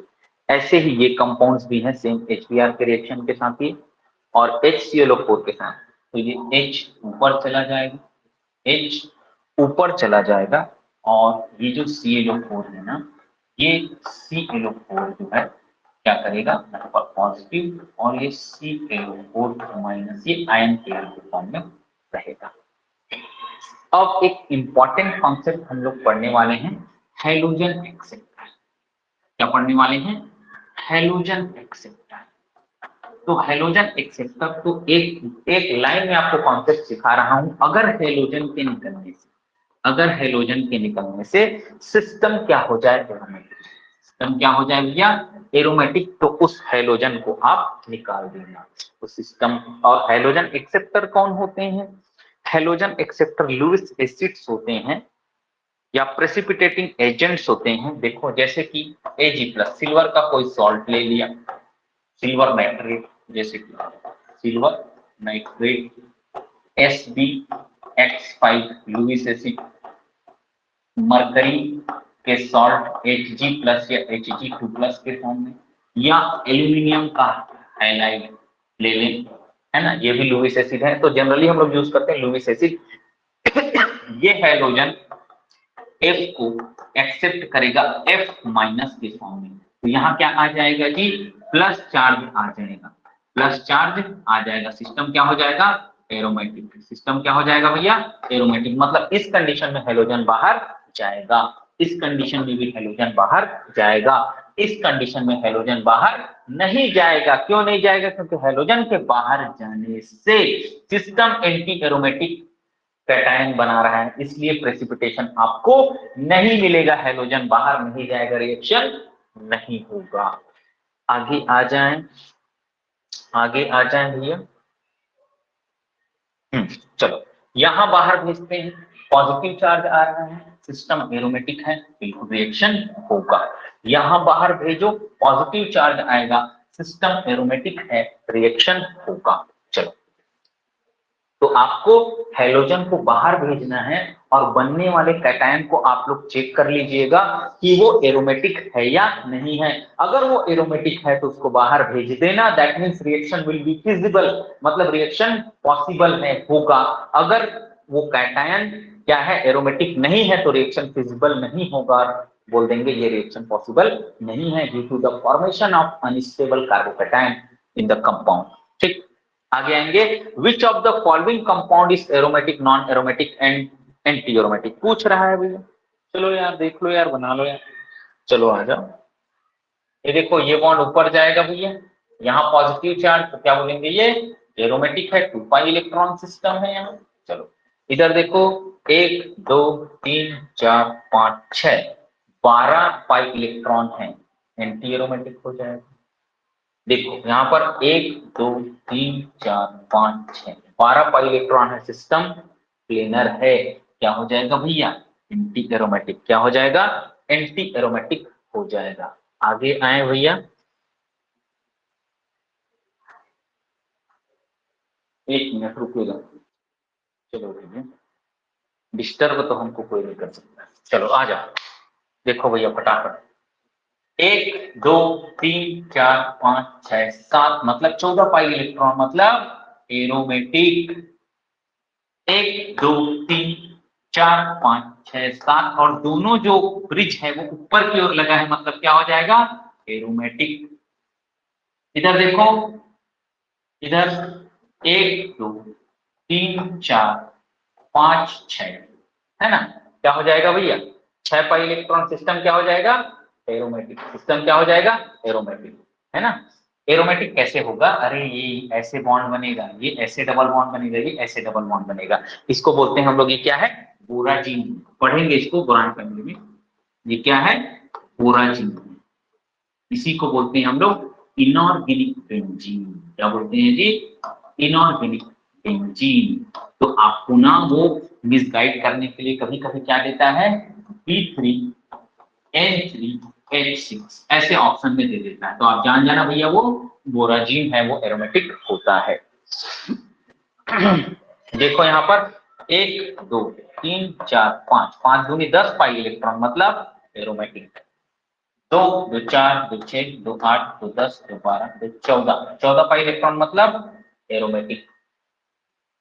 2 2 4 2 6 डिलोकलाइजेशन है, 6 पाई इलेक्ट्रॉन, मतलब एरोमेटिक।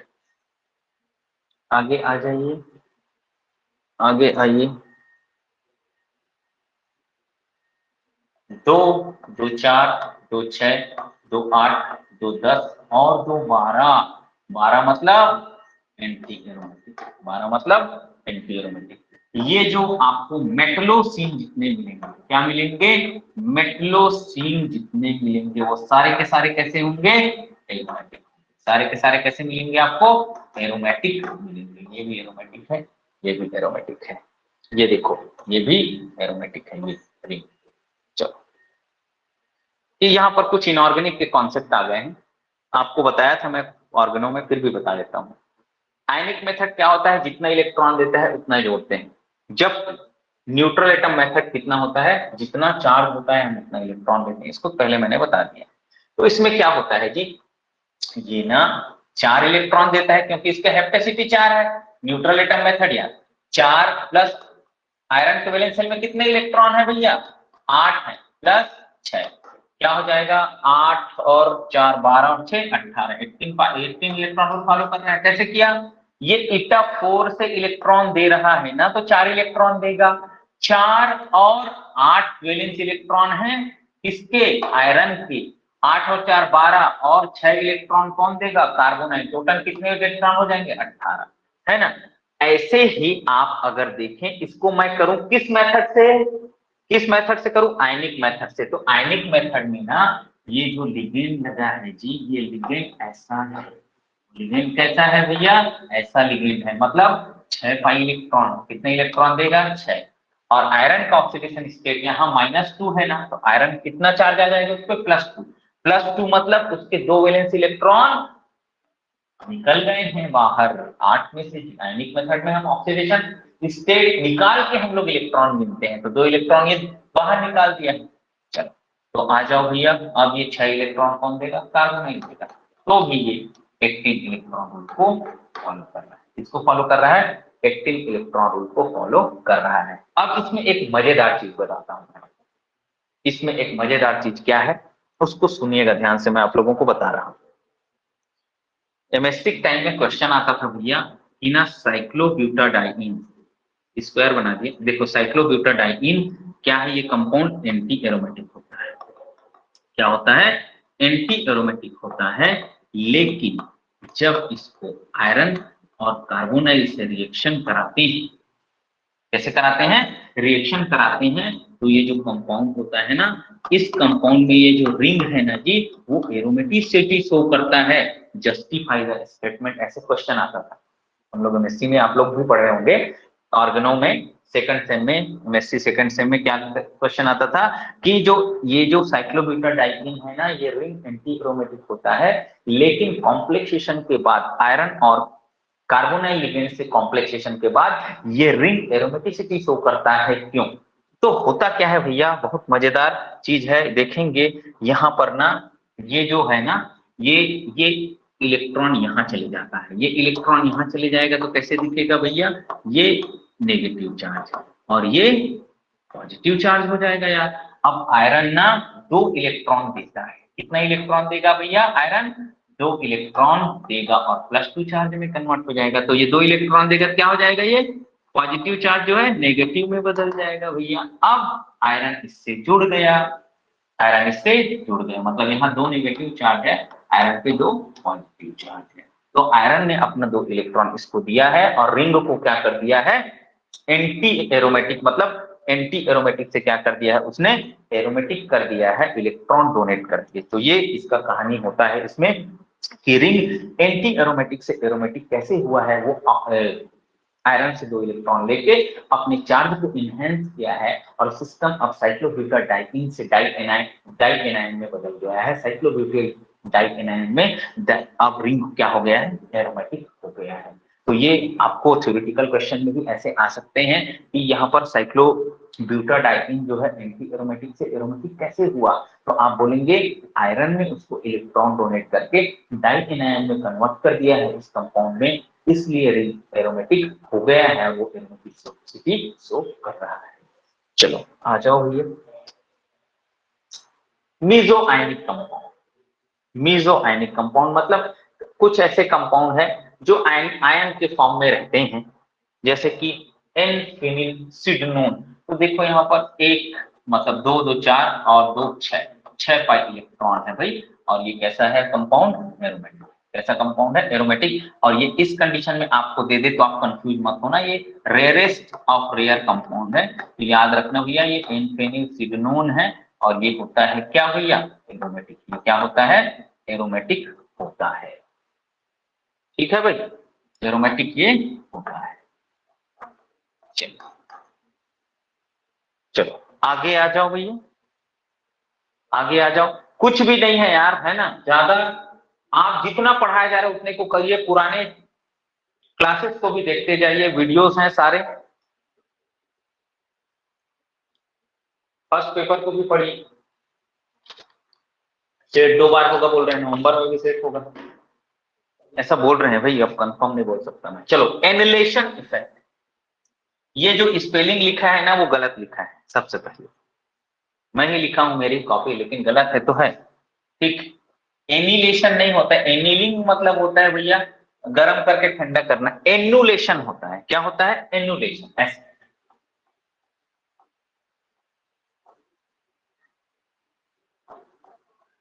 एनुलेशन, ठीक है। एनुलेशन मतलब क्या होना? छल्ला बनना। एनुलेशन मतलब क्या होता है? छल्ला बनना, मतलब रिंग्स का कंबाइन होते जाना। तो रिंग के जुड़ने से एरोमेटिसिटी कम हो जाता है, क्योंकि पर रिंग रेजोनेंस एनर्जी कम हो जाता है। क्या हो जाता है? पर रिंग रेजोनेंस एनर्जी कम हो जाता है, उसी को बोलते हैं एनुलेशन इफेक्ट। एनिलेशन नहीं, एनुलेशन इफेक्ट बोलते हैं। जैसे कि बेंजीन है, नेफ्थिलीन है, एंथ्रासीन है, कौन एरोमेटिक? बेंजीन सबसे ज्यादा, फिर नेफ्थिलीन, फिर एंथ्रासीन। ऐसे ही ये क्या है भैया? ये क्या है, पायरॉल है, ये क्या है, इंडोल है, और ये क्या है, डाइफिनाइल पायरॉल है ना। तो ये या अल्फा बीटा फिनाइल पायरॉल बोलते हैं।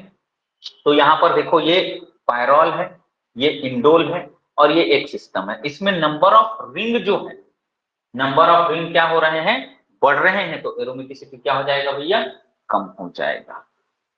चलिए देखेंगे यहाँ पर क्या पूछ रहा है, एसिडिटी ऑर्डर पूछ रहा है। तो ये नेगेटिव चार्ज, ये नेगेटिव चार्ज, और ये नेगेटिव चार्ज।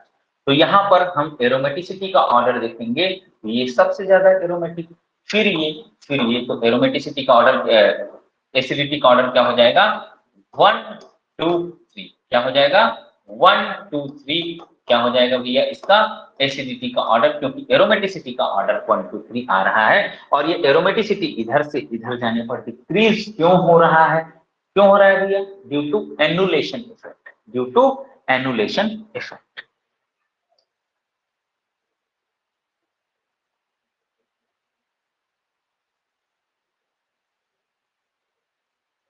चलिए, तो मैं आज इतना तक ही कराता हूं।